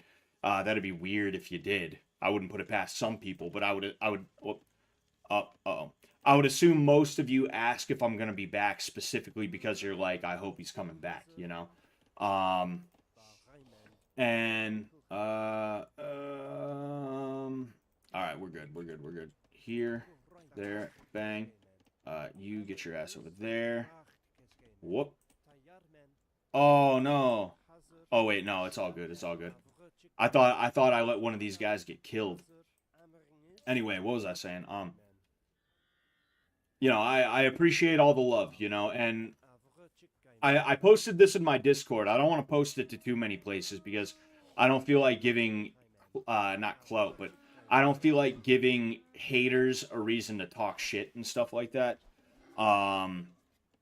But if you want to see me on season 3 for sure, then the way you would want to do that is to post about it on Twitter. I mentioned that yesterday too, but I'm not telling you to bother Sam or Jet or anything like that. I'm not telling you to like go into their um yep. And then I also need, you know what I'm gonna do? Damn. I'm not telling you to like slide into Sam and Jet's DMs or anything like that. That's not what I'm saying at all. But if you want to see me on there that bad, then that's what you should do. You know, like, and I would assume because so many people are asking me constantly that then that damn. I'm like trying to focus on this while also saying what I'm trying to say. You know. The bottom line is if you want to see me on there, the way to do that would be to post under the Fish Tank Live hashtag, you know, or just anywhere that is Fish Tank related that you think Jet and Sam and Ben would potentially see, you know, like the Reddit or something like that, whatever. Um, we got 5, so I'm gonna go ahead, take that, send them over here, then take this, send them over here. All right.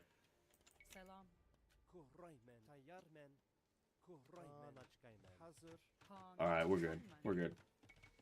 Sorry, I'm just trying to make sure I get to the next age. I'm actually kind of ahead of this guy right now, but I'm not ahead of him by enough as to where I'm comfortable. Fuck, what was I gonna say? Oh yeah. Like the reason I'm saying this is because there's been so many people over the last like month and a half, 2 months that have been asking me, and I would assume it's coming from a place of love, obviously, right? You're not gonna bother trying to talk to me about whether or not I'm gonna be on the season unless you probably want me on the season.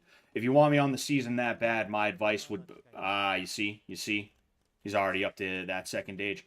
My advice would be to post to like the subreddit or the Fish Tank Live hashtag on Twitter or stuff like that, and just talk about how you want to see me on there. That's the only piece of advice that I would have because me personally, I'm not hitting up Jet, Ben, and Sam constantly. I wouldn't want to bother them. They have better things to do than to answer my messages, right? Um, and the fact is, they do like to there's feedback that they will listen to, obviously. That's part of the reason where the whole reset came from is they were like, all right, what are the fans saying? Well, they're saying this. Why don't we listen to them, give it a shot? you know um but yeah, obviously I would love to be on, but I would never want to insert myself where I'm not welcome.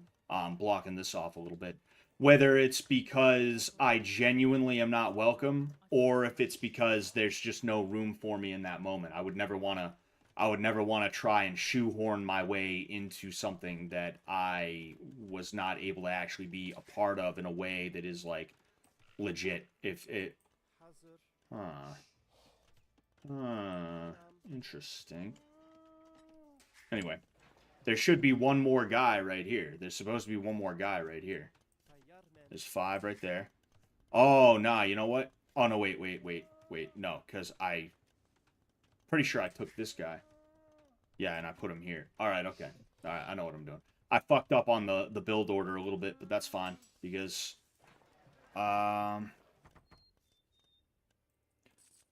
like, of course I would love to be on, but it's not some kind of desperate thing where I'm like, dude, please let me on, right? Uh, I love Fish Tank. I love the project, and I want to see it do well, regardless of what that takes. Um, and if that means there's no room for me, then there's no room for me. So I'm not gonna try and force there to be room for me. Is kind of what I'm getting at. I hope that makes sense. I'm having a hard time describing right now simply because I'm trying my best to win this match because I'm trying to tell you guys like, hey, I'm actually a lot better than I used to be, guys. I'm better than I used to be. I didn't enjoy Pearl as much as I thought I would. I think she had a really good role in Bitch Tank, but I would love to see her as a freeloader for a weekend on Fish Tank. It would have been great to see her with Alexis and Mizzy in the same room. That would have been amazing. That would have been fantastic.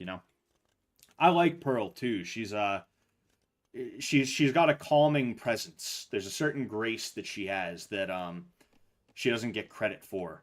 You know, it's a certain grace that I appreciate, if that makes sense. You know, she's someone who you can be around and you're not like this fucking bitch. You know, kind of like the way Mizzy is. The way Mizzy is kind of that way, and it's like you just want to be like, dude, stop it, stop it. Anyway, thank you very much for the 199 Jax 904. Job and Connor have just destroyed Alex and Symbol's bed. Uh oh. Is there gonna be a world war? Is there gonna be a world war coming? World War India? That's pretty crazy. Alright, so he's basically ahead right now. I think what I should do is kind of place this way. And then bang. Alright, you are going to go here. I feel like that's a better place to put it. I'm going to take you, put you here. And then you. Salam. Salam. Oh, jeez. That is a guttural language.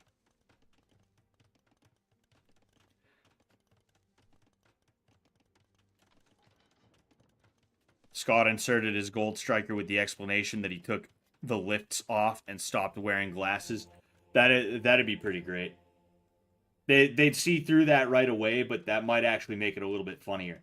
That might make it a little bit better, knowing that it's like, they're like, they think we're that stupid. It's like, yeah, we do.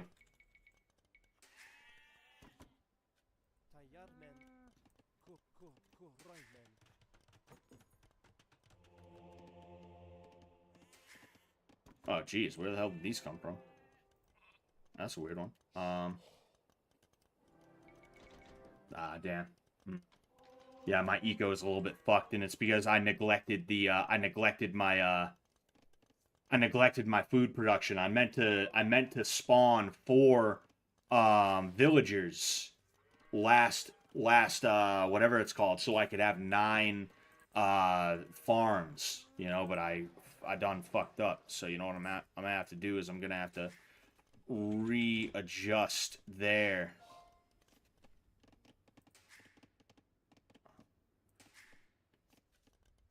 Yeah, we're gonna have to. No bueno, no bueno. Whoop. Did you say Bismillah?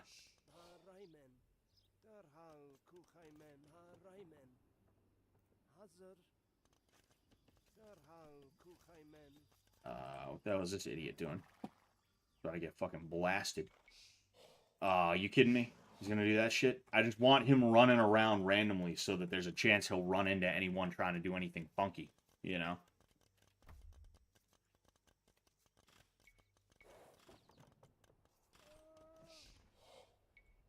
There we go. My boss is a right-wing baddie lady. She's not easy to be around, but I always had an authority problem. Yeah, I've always had authority problems myself. I'm not big on, you know, oh, jeez. What the hell's going on here? What is this even for? Generates gold when fighting other units. That sucks. That sucks. They're not especially, like, tough to handle or anything. Whatever, bro. Get your ass back there. So what else is there then? Oh.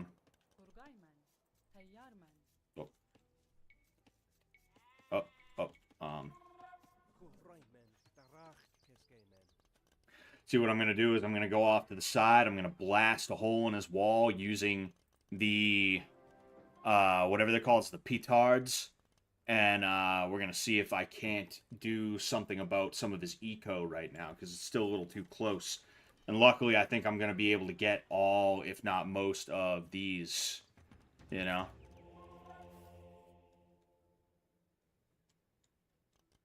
Alright, I need one more. Come on, baby.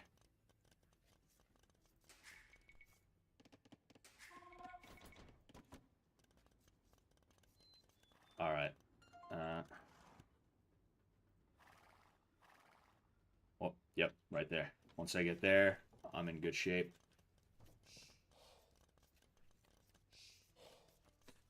Were you the kid that started shit with teachers? A little bit.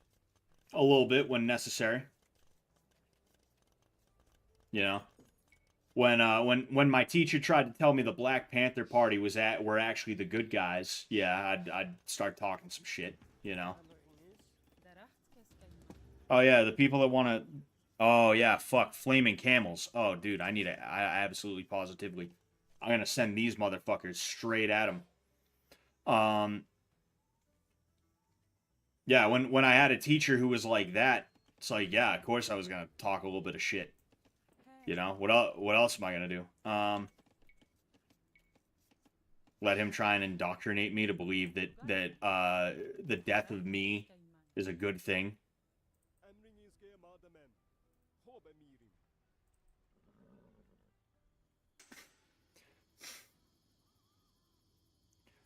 All right, come on, come on, come on, come on. Oh fuck. Go, go, go, go, go, go, go, go. Run, run, run. Oh, come on. Oh, hell yeah.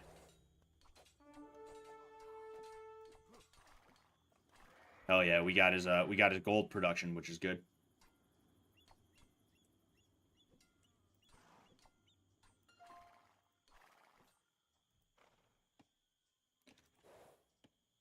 Got a couple of these bad Larrys too. I'm just gonna sacrifice these guys and see what I can kill. No, you idiots. Go, go, go. Of course. Of course. Of course. I love how dumb these guys are.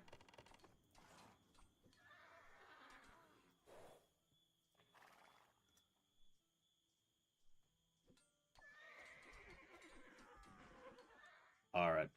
You see, and he's still pretty damn good himself. That's 3, 4, 5, 6, 7, 8, 9. That's what I'm nervous about, you know?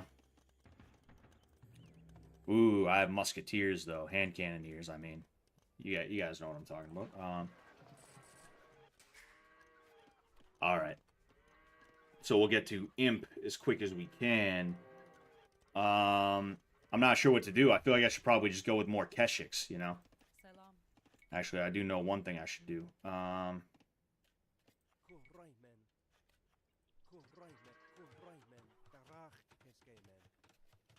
Alex DQ'd from the drunk piece of shit challenge. Oh yeah, was he not enough of a piece of shit? LOL, they were pushing that kind of nonsense at your school. I'm a few years younger than you, and I didn't have much hardcore propaganda in school. Oh yeah, but I mean, I don't know what state you're from, Vic, but I'm from Massachusetts. And in the fourth grade, I wrote in this little journal thing that they have, which if you have journaling at your school, the reason why they do that is because they're trying to make sure the indoctrination is working. They might give you a topic that they want you to speak on, and they're hoping that even though they're saying now write however you feel about it, it's okay, write it. If you write about the wrong thing, if you say the wrong thing, they're going to end up coming down on you in some way, shape, or form. And in my case, the way they came down on me was to sequester me from the rest of my class. Um, they sequestered me from the rest of my class for a couple hours, and they forced me to read propaganda books and then write about how I would feel if I was in the predicament that those people in the propaganda books were in. Oh, and what I mean by that is like there was one of the books was about a kid who he was an illegal immigrant. His family was illegal immigrants, and he was told, "Hey, you be real careful out there, bud, because we could get arrested and sent back to fucking El Salvador, wherever the hell he was from." Um, oh, nice. I can just create the flaming camel right away. Anyway, how many stone miners do I have? I have 5 stone miners. Why do I have 5 stone miners? That's weird. Anyway. Let's see, trebuchets. Ooh, yeah, I think I'll take that. Light cav, step lancers, and cavalry archers.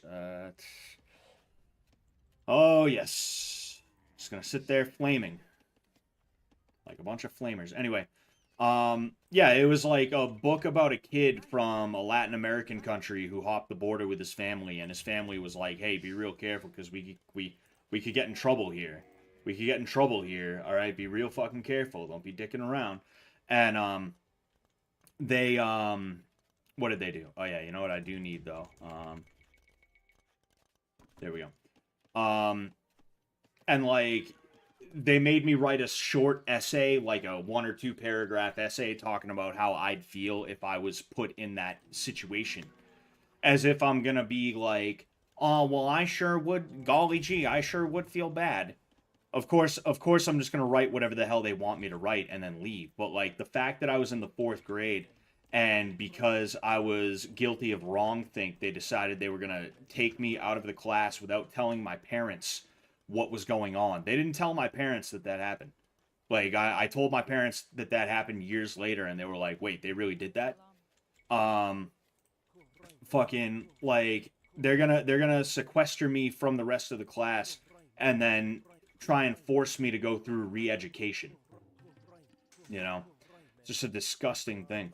Fucking schools in general are disgusting. You know, schools are overfunded, they're bloated, um, and they do not deserve the cash that they get. Teachers should be working for fucking crumbs. They should be working for crumbs, is what they should be doing.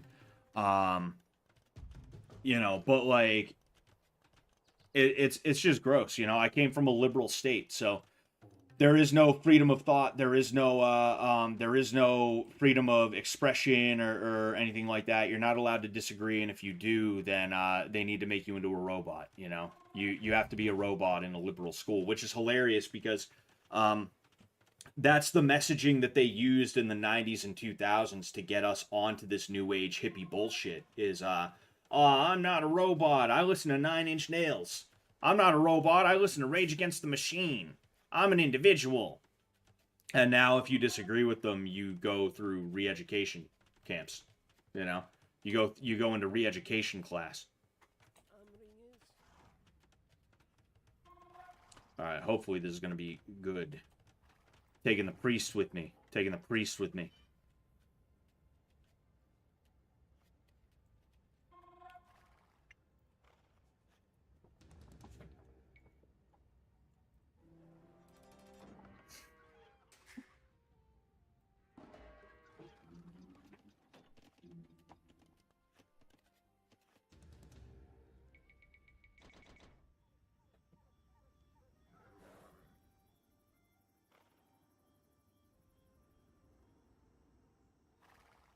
Oh man, he's catching up. There's a good chance he's clicked up to the 4th age, so might not be good for me because I don't trust that these guys are really gonna be able to do much. You know, the flaming camels are nice. Can use those to break into here.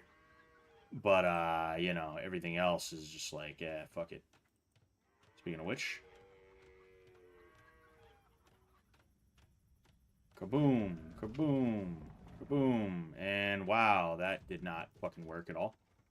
All right, well, in that case, gonna go here and gonna go there and hope and pray. We are going to hope and pray, and it is working. It's working. Oh yeah, it's working. Sick. All right, but we need something that's actually going to be able to break through here. Oh wait, no. Duh, silly me. We got more. What is that? Huskarls? Yeah. Again, also kind of fucked right now. No, I'll go ahead. Keep these here because I'd much rather.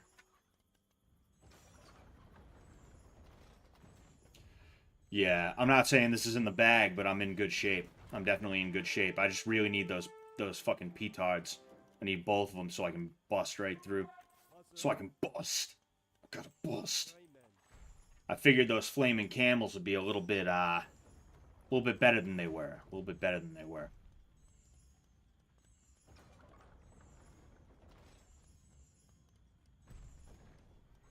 All right, and then let's see about blasting these things. Uh-oh. Uh-oh. Uh-oh. Uh-oh. Uh-oh. Uh-oh. Ah, yes. Right here. Okay, well,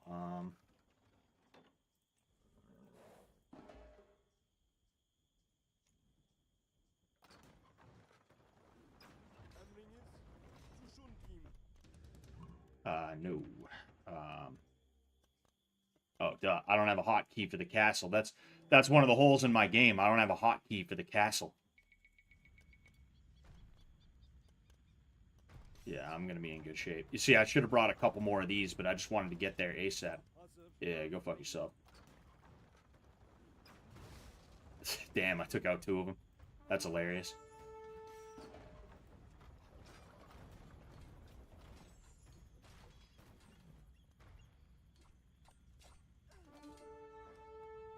Go, go, go, go, go.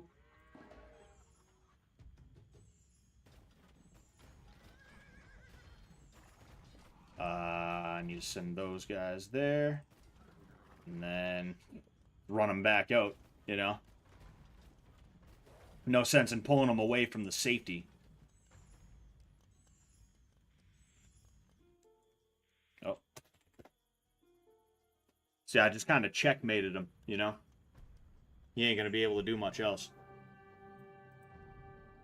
The whole chat is mad at Jet. Why they mad at the chat's always mad at Jet, you know that? And that's something that kind of pisses me off. Is like Jet's a good dude. Oh shit.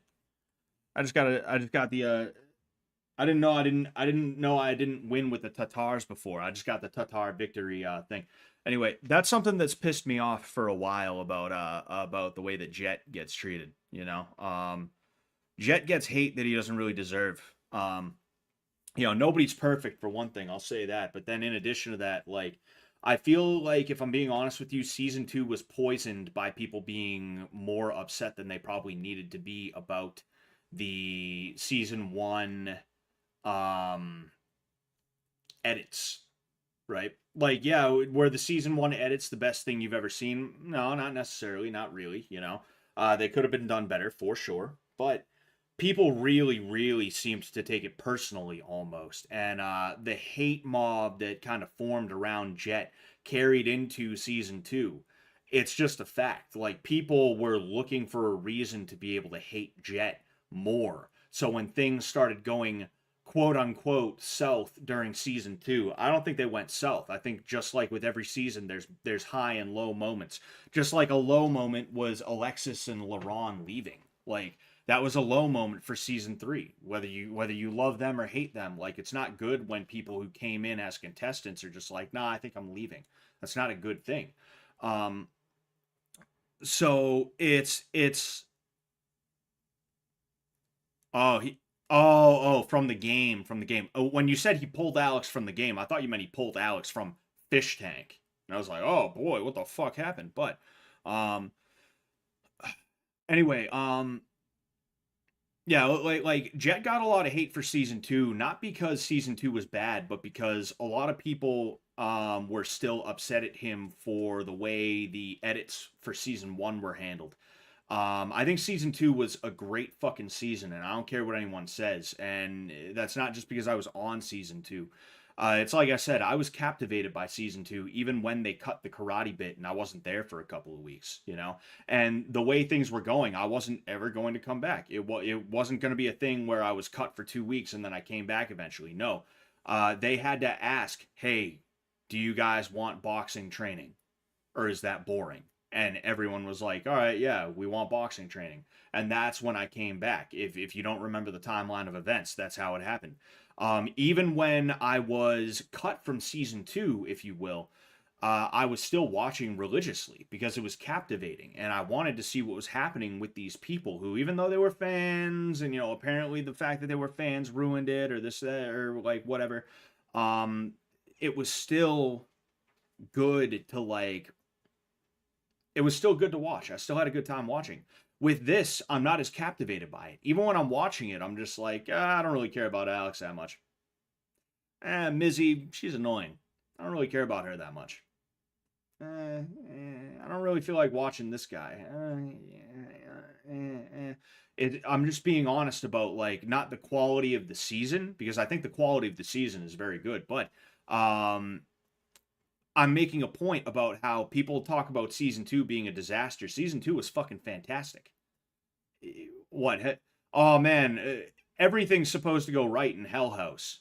Everything's supposed to go right. Everything's always supposed to be according to plan in Hell House. We're very regimented about our hell. Chaos? No, no, no, no, no. No chaos in our Hell House. No, sir. No, sir. That's fucking crazy, you know?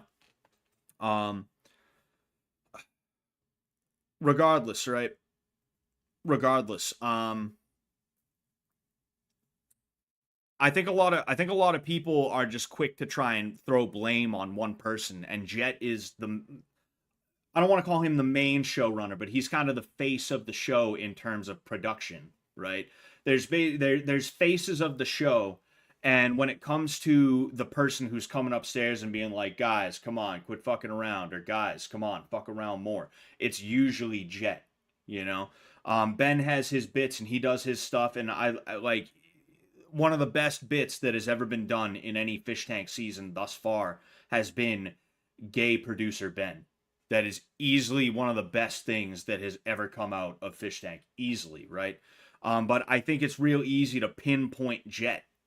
I think it's real easy to look at Jet and be like, he ruined this, if somebody is looking for a reason to be mad. And that frustrates me because, for one thing, like, I like Jet. You know, I don't want to see Jet get hate for nothing.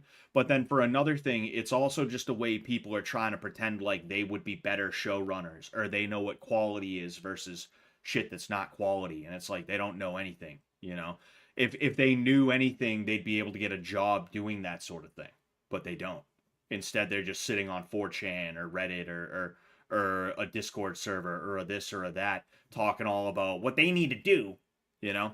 I no joke, I saw somebody, I think in a Discord server, say that they messaged Jet telling him what he should do. They were like, I sent a message to Jet saying they should take Mizzy and put her in a room with Symbol and say that this and that and the other thing. And it's like, oh really? Yeah, that's gonna go far. Yeah, you're gonna get real far talking to Jet like that. Yeah, that's how that works. Cause you're dude, you're practically like a member of MDE. You're practically like a member of MDE, dude. Wow. Uh, based fart smeller 88 on Twitter hitting up Jet saying, "Hey, this is what you got to do." Yeah, yeah, dude.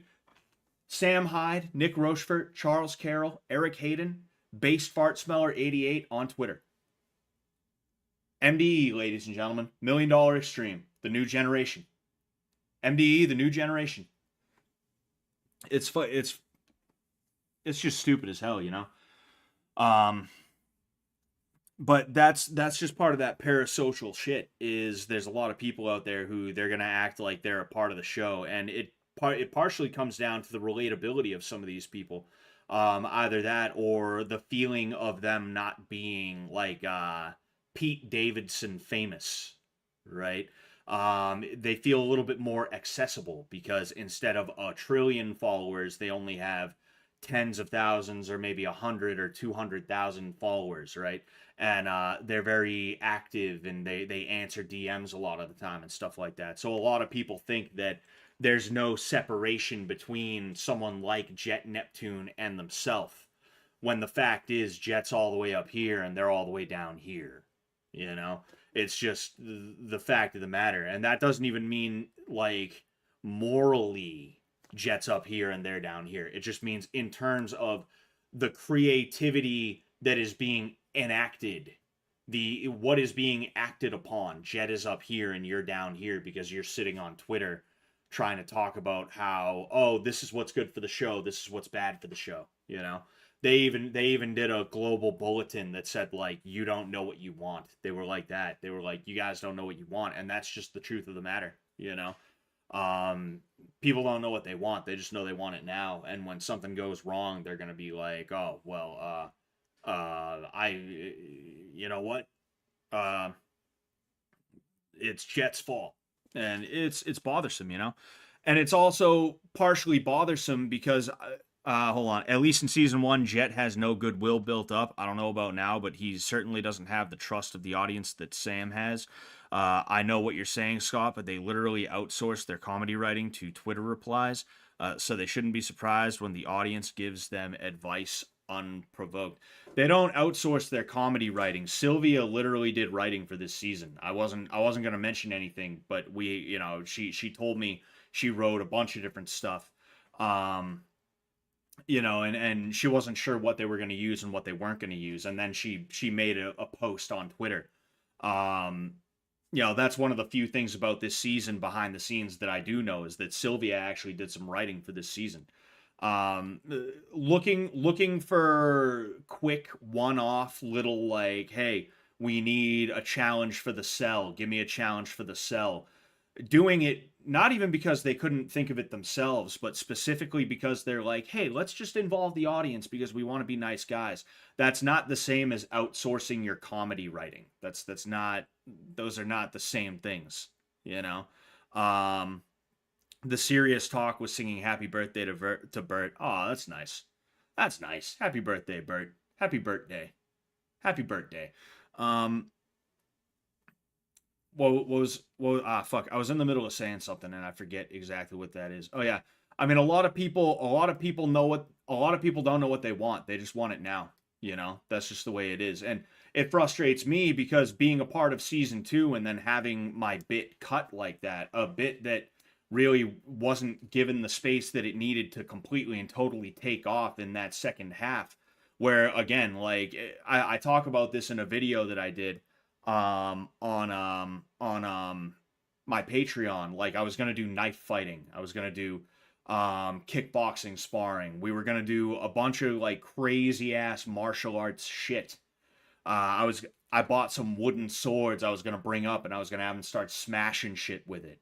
You know, um, stuff that even if the first week or two was like slow, it was gonna start to kind of do that. Like, a lot of people were bitching and moaning, and they got listened to. And because of that, something that I had worked hard thinking about and trying my best to make good while still being a little bit stiff in the beginning and stuff like that, it didn't end up panning out. That's like a frustrating feeling outside the realm of just like, hey, that's my boy, and I don't like when my boy is getting fucked with like that. I don't like that kind of thing. Me, I'm still not I mean, I'm a lot more used to dealing with haters now than I was back then. That's like, I know now to just completely and totally ignore them. But but I just start slamming shit. Yeah, I know how to deal with haters now. you know, but like, jokes aside, it was an adjustment getting used to thousands of people knowing who I am and what I do. That was a bit of an adjustment. And I've made the adjustment pretty well now, and now I just ignore people when they have like weird things to say about me. Um, but back then it was a frustrating thing knowing that it's like, okay, I have this plan for the second half of the season, but the audience is being like annoying about it a lot of the time. There's a lot of people who are bitching and moaning about nothing. And because there's been a bunch of other things going on in the season, they pulled the plug on it. That's frustrating, if I'm just being honest. You know? Um the Gotchinima. Yo, Scott, super late to the party, but any karate lessons for Alex? You see, and this is why I said what I said earlier, both in my Discord server as well as here. No plans right now. No plans right now. Uh, the we have it planned was this too, I guess. What do you mean, Zachary Baird? Um, Jet's controversial, not universally hated. Well, yeah, I know, but like, um, the the sentiment towards him shifted so rapidly, so rapidly and so drastically that by the time season 2 came around, there was a very vocal minority of people who were not shutting the fuck up, saying fire Jet, fire Jet, fire Jet. And that's not cool. That's fucked up. And those same people were rooting for season 2 to fail specifically because they were pissed off at Jet for what? Not having the greatest edits of something that the entire point of it is to see live in the first place. Fucking come on, you know? Um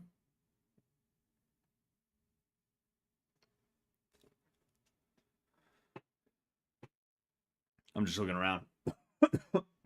Anyway, I should probably get out of here though. You know, I appreciate you guys coming through. Um, you know, you guys can now see I'm a little bit better at I would at least hope. I would hope you guys can see that I'm a little bit better at what the fuck is it, all this shit? I made the mistake of going into my Robinhood app and now every time Doge moves 0.00001 up or down, it's sending me a fucking notification. Um Another question for you, Scott. Are you familiar with the Command and Conquer franchise? Yeah, I am, but I never really played it. A buddy of mine showed it to me years ago. Um, yeah, I'm not saying I wouldn't play it. It's just not something that really completely and totally interests me in that way, you know. But anyway, I do got to get out of here. All right, I appreciate the hell out of you guys. Thank you so much. All right. Viewers asked about celebrating Jet's birthday while they cleaned the cell, and they said we have it planned. Jet's birthday? I thought Jet's birthday was over the summer. Huh. Oh, Bert's birthday. Bert's birthday. Okay, all right, okay. Anyway, yeah, but I'm gonna head out. All right. Thank you guys so much. This is like the 5th time I've said it. I will catch you guys later. Thank you very much, the Gut Cinema. Thank you. Peace out. Bye.